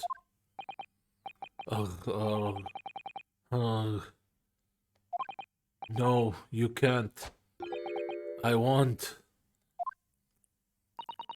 Your crimes are bad enough, but at least know when to admit defeat. Your Excellency, the defense requests permission to carry out the test on the fountain pen at once. Hiya! What the? He's gonna throw the camera. This isn't my fault. Trying to hold its head. I civilized nations. I took up arms the form of mighty pen. I fought all in the name of justice, righteous. Many men more. Oh, Sasato with me. I'm there. The double takedown? Oh, hiya! Wow, they did the double takedown. Did I do it right? That was a solid takedown, wasn't it?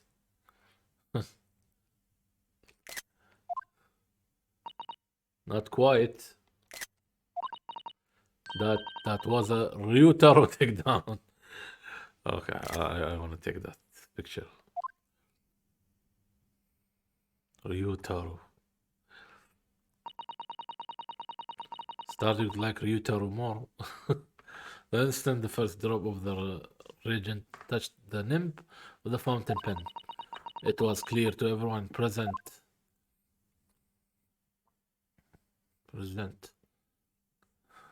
They called him.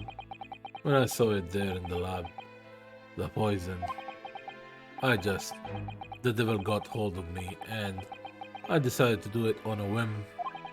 I excused myself and emptied all the ink down the sink in the bathroom, washing the reservoir out carefully. Then you waited for an opportunity to suck up some of the poison, didn't you? To your fountain pen. Yes, that's right. Answer me one thing, Minimaru-san. Why did you steal it? For what purpose? Isn't it obvious? Find out what it was made of and expose it in an article. I mean, it was a secret project after all, too juicy for a journal like me to pass up. Then why did the English woman end up dead?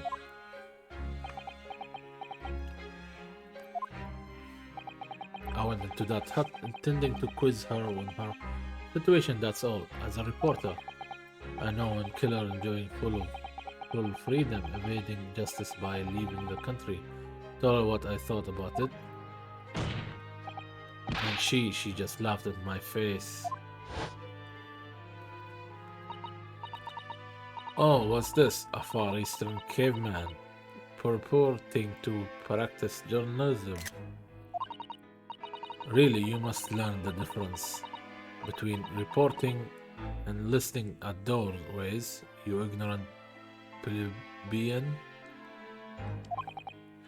What did you call me? This country with its pretensions to a justice system, to a free press, it's really very depressing. You see our superior ways in the West, yet you lack the mental capacity to emulate them. Get out of here, you oaf. Get out and crawl back into the cave you came from. Wow, those are harsh words. That's when I remembered about the deadly poison I happened to have in my pen at the time. What a terrible tale. In my head, I knew I should just get out of there as quickly as possible, but I couldn't.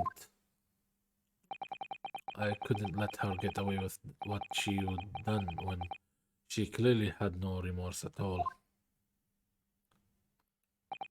I suppose it was my journal spirit getting all fired up.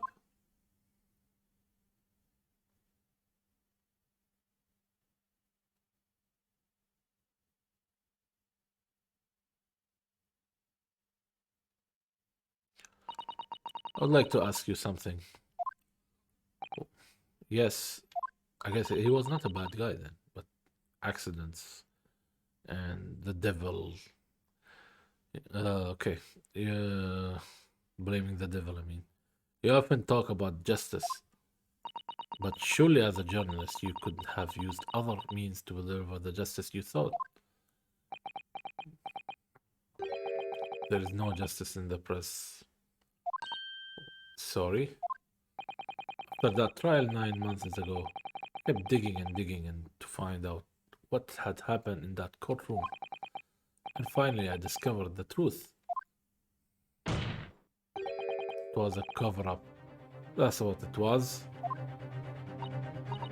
A cover-up? What do you mean? I would remind you of your position, witness. Be careful what you say.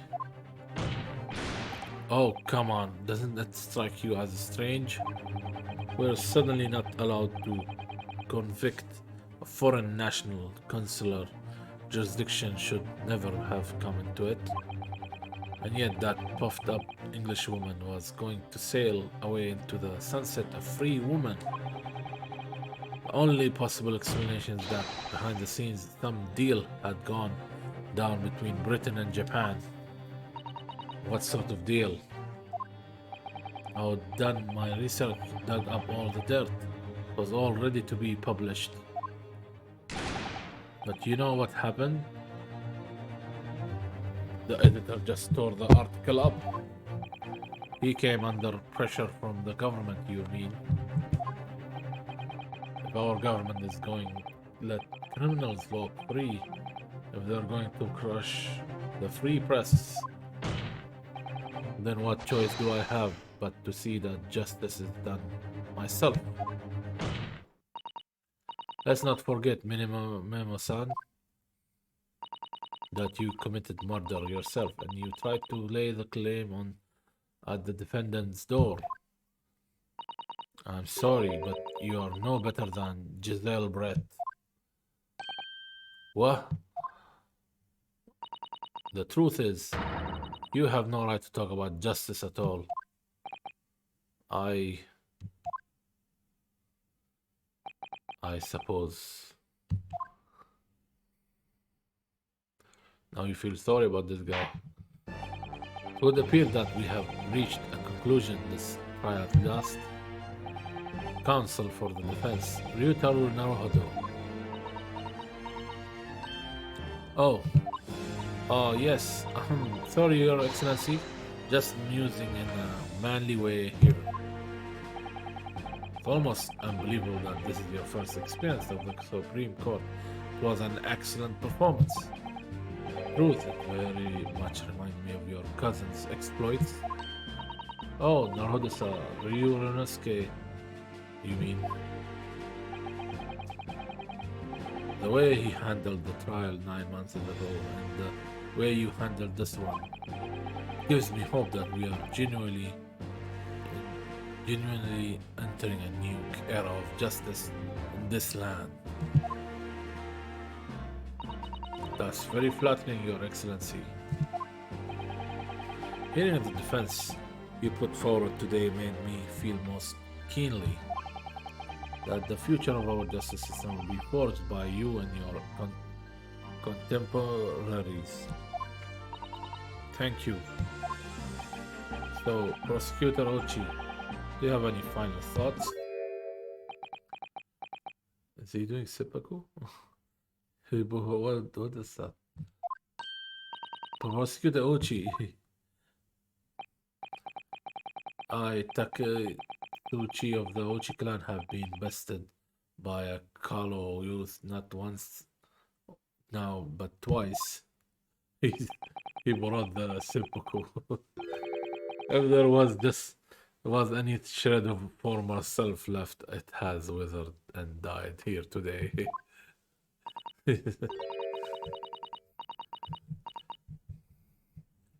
It's like honorable kill because he lost his pride. He's gonna cut his what do you call it? Test his belly. Some Japanese thing. Gosh, your journey to cultural enlightenment sure took a while, didn't it? Silence. Rather than living in shame, living on in shame, I will end it all now with this blade. For that is the true path to Ochism. What is that? Ochism? One hopes that the only way in which he will be modeling himself after the witness. I think he will cut his hair. Wait. Sprig of my top knot, the time is right for farewell. Hope is lost forever. Takituchi.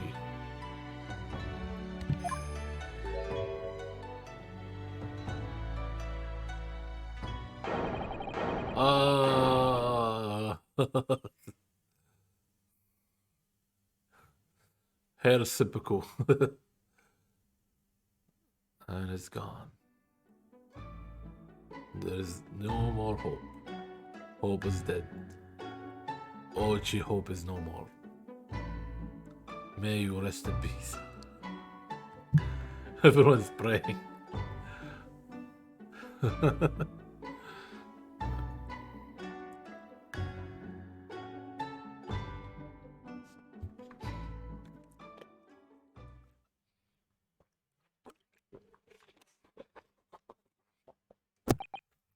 Now, in regard to the defendant, remember me, son. Yes, Your Excellency. I have reached my final verdict. I hereby find you not guilty. Hi, hi. Yes. Omedeto. Let's go. Court is adjourned. Right. Right.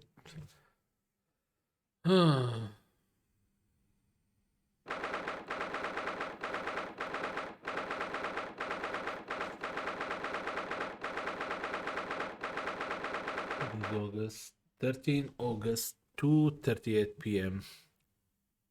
Supreme Court Judicature Defendants and the Chamber 3. It's over.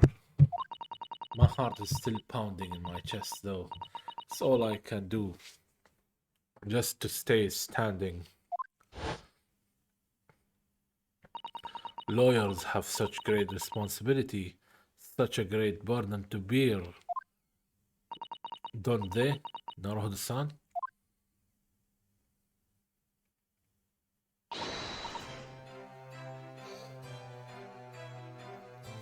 Susato.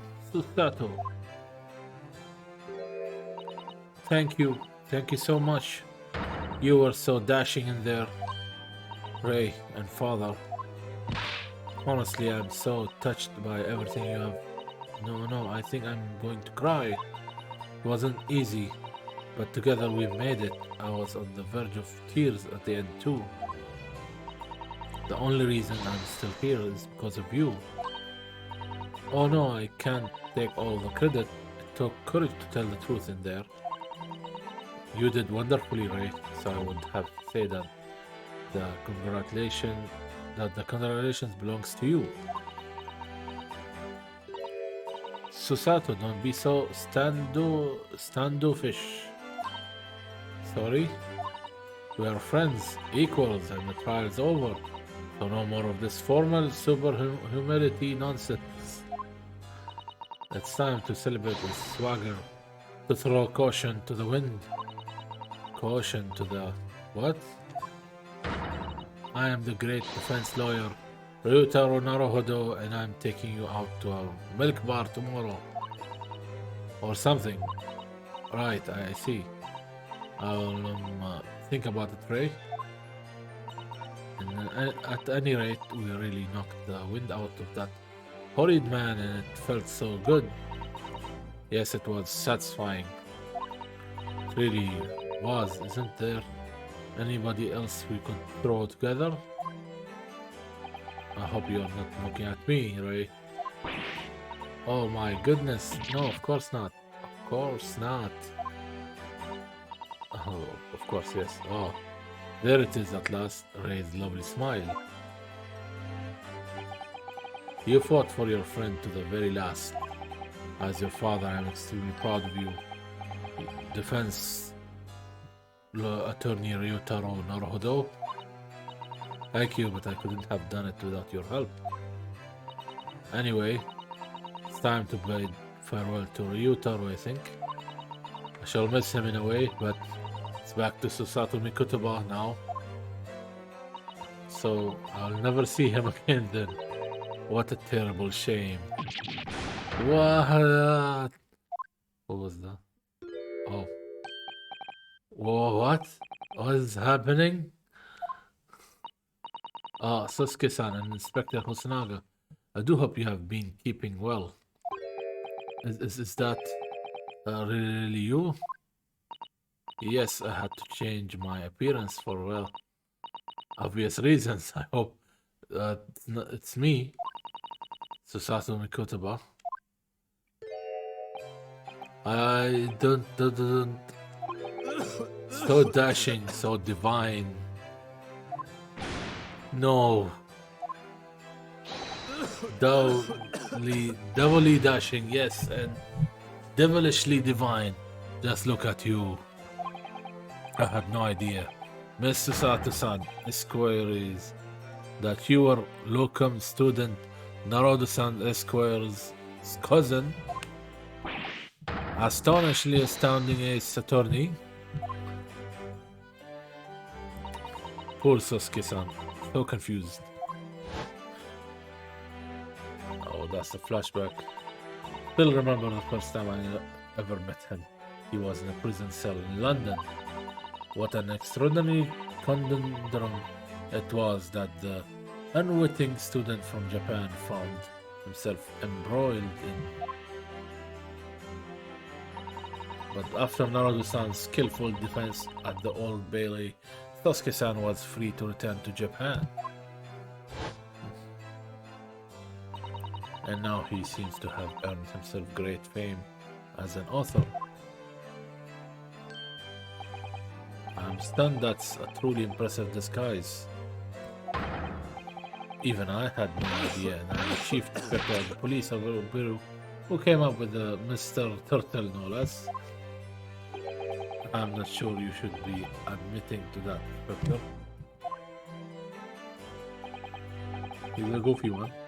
Amazing, you're a woman of many faces, I see. Just two, really. This was a once in a lifetime event, I hope. Oh, I'm not a patch on you, though, Inspector. Well, I am a professional, of course. I do worry about Inspector scenario sometimes, I really do. Flashbacks. 9 months ago, when he appeared here at the Supreme Court to testify, he was undercover disguised as the head narrator of the restaurant.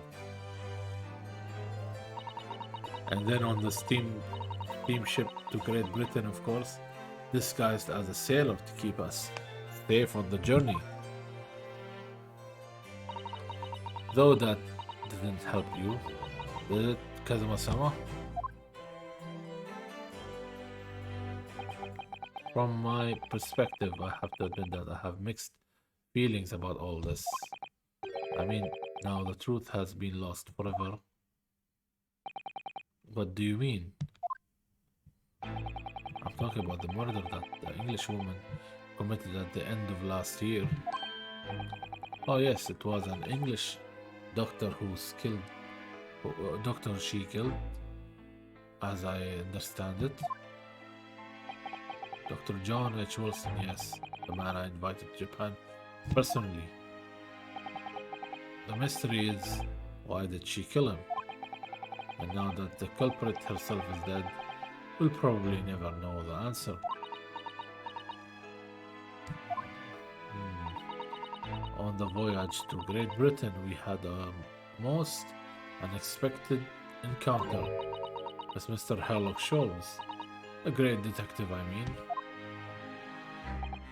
Yes, I remember Mr. Holmes well, of course. Oh, my arch nemesis.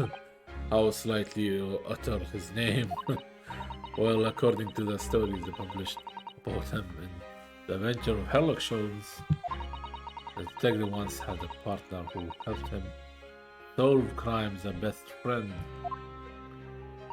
And that man was an exceptional doctor of medicine by the name of John H. Wilson. What? Dr. Wilson? I just can't believe that it's a coincidence. I think that's the English doctor of medicine killed here in Japan 9 months ago. Must have been the friend and partner of Mr. Holmes.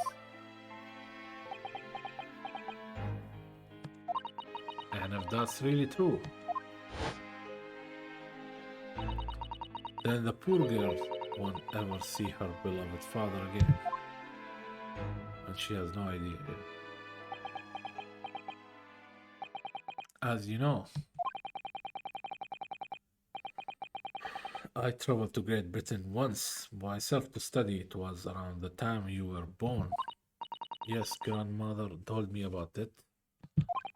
On returning to Japan, I took up my professorship at the Imperial Yumi University. Also, serve another role as an advisor to the government on diplomatic affairs. Yes, I was aware of that as well. In that case, I'm sure you understand that there are some confidential matters I cannot divulge to you. Okay, you just tell me one thing. Could you tell me one thing? Why did you summon me back to Japan? Again, things happened in the first game. It's been 2 months now since I returned. When I left England, it was because an urgent telegram arrived from Japan. It said that you collapsed with a high fever and you were growing weaker by the day. What? Where did that news come from? That's what I'd like to know. Because after that long sea voyage, I found you in fine health, father. Was there something in Great Britain that you perceived might convince me in some way or harm me? That's really the only explanation I can think of. Dear me, do you reserve your most cutting glares for your fathers, Sasato? I'm sorry, my dear. Let me go. Oh, this guy. Memo-san. So one throw wasn't enough for you? I've got one last thing to say before they take me away, Professor. Me? I know the truth. I know you had a hand in what went on in that visiting student's fate. Visiting student? Giselle Brett, you mean? No, not her, the student of law, who left for Great Britain 8 months ago. What? Student of law? He must mean Kazuma-sama? What are you talking about? What does any of this have to do with Kazuma-sama? Nobody here in Japan knows anything about it.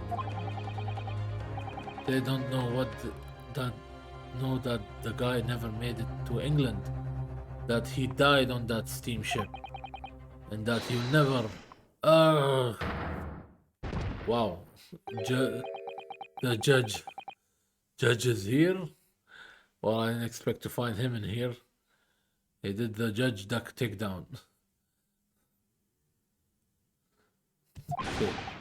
This is new. Well, you never see the judge outside the courtroom. See him is weird now. That is an up close 3D model. What were you officers playing at? Terribly sorry, Your Excellency. Oh,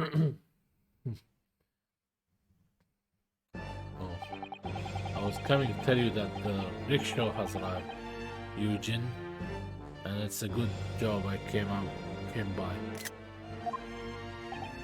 Yes, thank you for dealing with him. I'll be there shortly. Oh, Your Excellency. The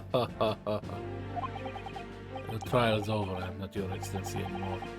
Merely your father's friend, Seishiro Jigoko. And may I say that since I saw you last, you seem to have taken on a more dashing appearance. So, Sato, did you know all along from the start of the trial? Ha ha ha ha ha. He knew, alright. The judge sees everything. So, Sato, I couldn't let you take the risk. Seishiro here hadn't known, and then he would recognize you. So I had a word in his ear beforehand as an old friend.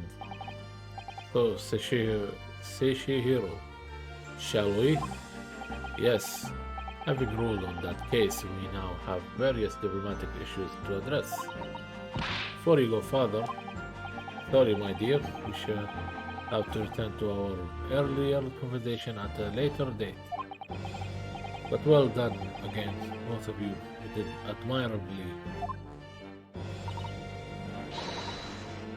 Oh, thank you very much.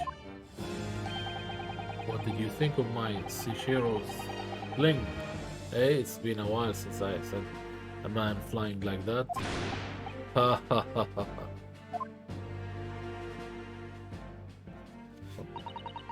What could father be hiding from me? About Giselle Brett, or Dr. Wilson. And now it seems, according to the reporter, about Kazuma-sama. A lot of secrets. I'm going to have to bring this up with father sometime when nobody else is around.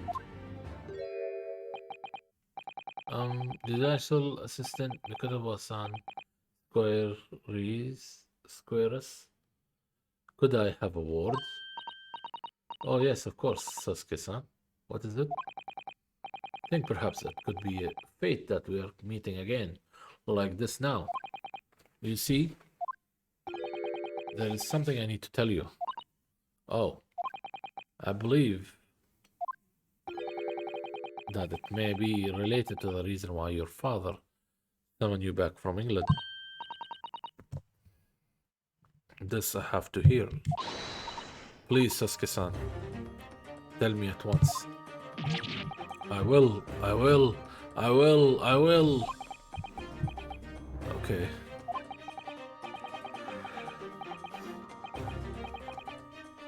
As you know, my time in England was terrible, cursed, I have no doubt.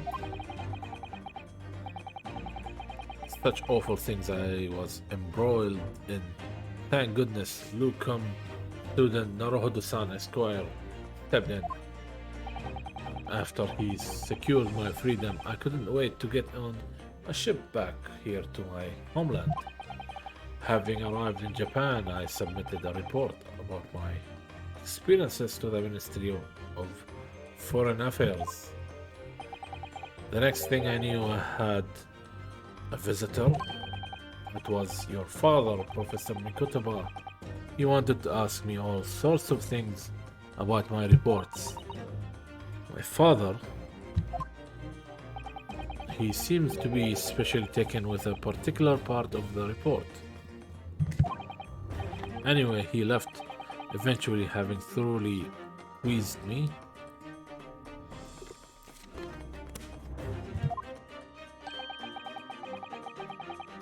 It was the very first day next. It was the very next day that he sent the telegram to you, asking you to return to Japan. What was it then? The particular part my father was interested in? I don't really know exactly. But do you remember them? Those two terrible cases I was caught up in. Of course, I could never forget it. Your father seemed to concern himself mainly with the second case. The second one? You mean the one Mr. Sholmes forbade any of us to talk about in public?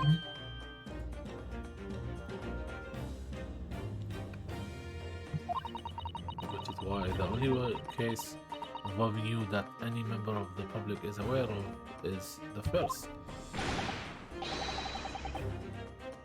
Oh, well, I don't care. I don't have to listen to what that dastardly detective says. Anyway, the point is, it seems that case somehow holds the key to all these curious unanswered questions. That horrific, hideous, heinous case of the haunted lodgings. it the last case? It was the last one. That case somehow caused my father to summon me urgently back to Japan. I thought that whole business was over, but it seems I was wrong. Perhaps that was only the start. Perhaps the story is not yet told.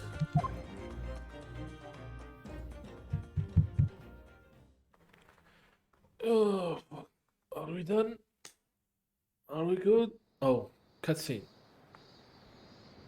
So, the mystery of that English woman's death is solved, thank goodness. And having stood in the Supreme Court now, I think I can comprehend a little better. How you must be feeling as you fight for people's freedom in a foreign land, Naruhodo-san.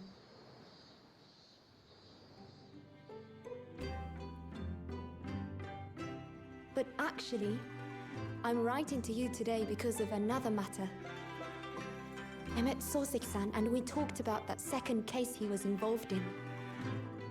Father has said nothing to me, but I feel certain of it. That case holds the key to some great unsolved mystery. My notes on the case should still be in the office, tucked away at the back of the shelves on the left. Perhaps you might like to look over them again. Today, for the first time this year, it feels as though summer has arrived. The sky is a brilliant blue. It makes me long to see you again. Yours, Susato.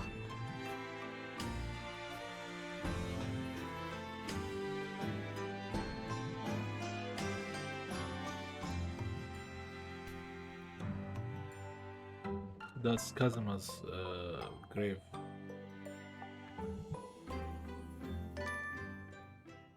Oh, award. That was success.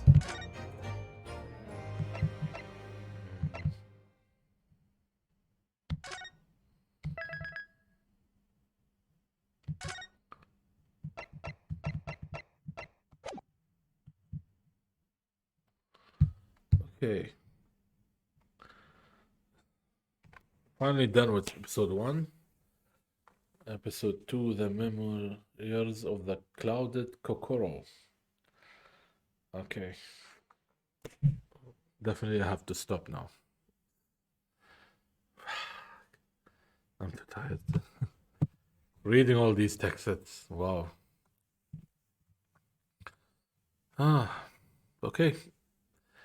For anyone who's still there, thank you for watching, and or even if you came and went away, thank you for coming by.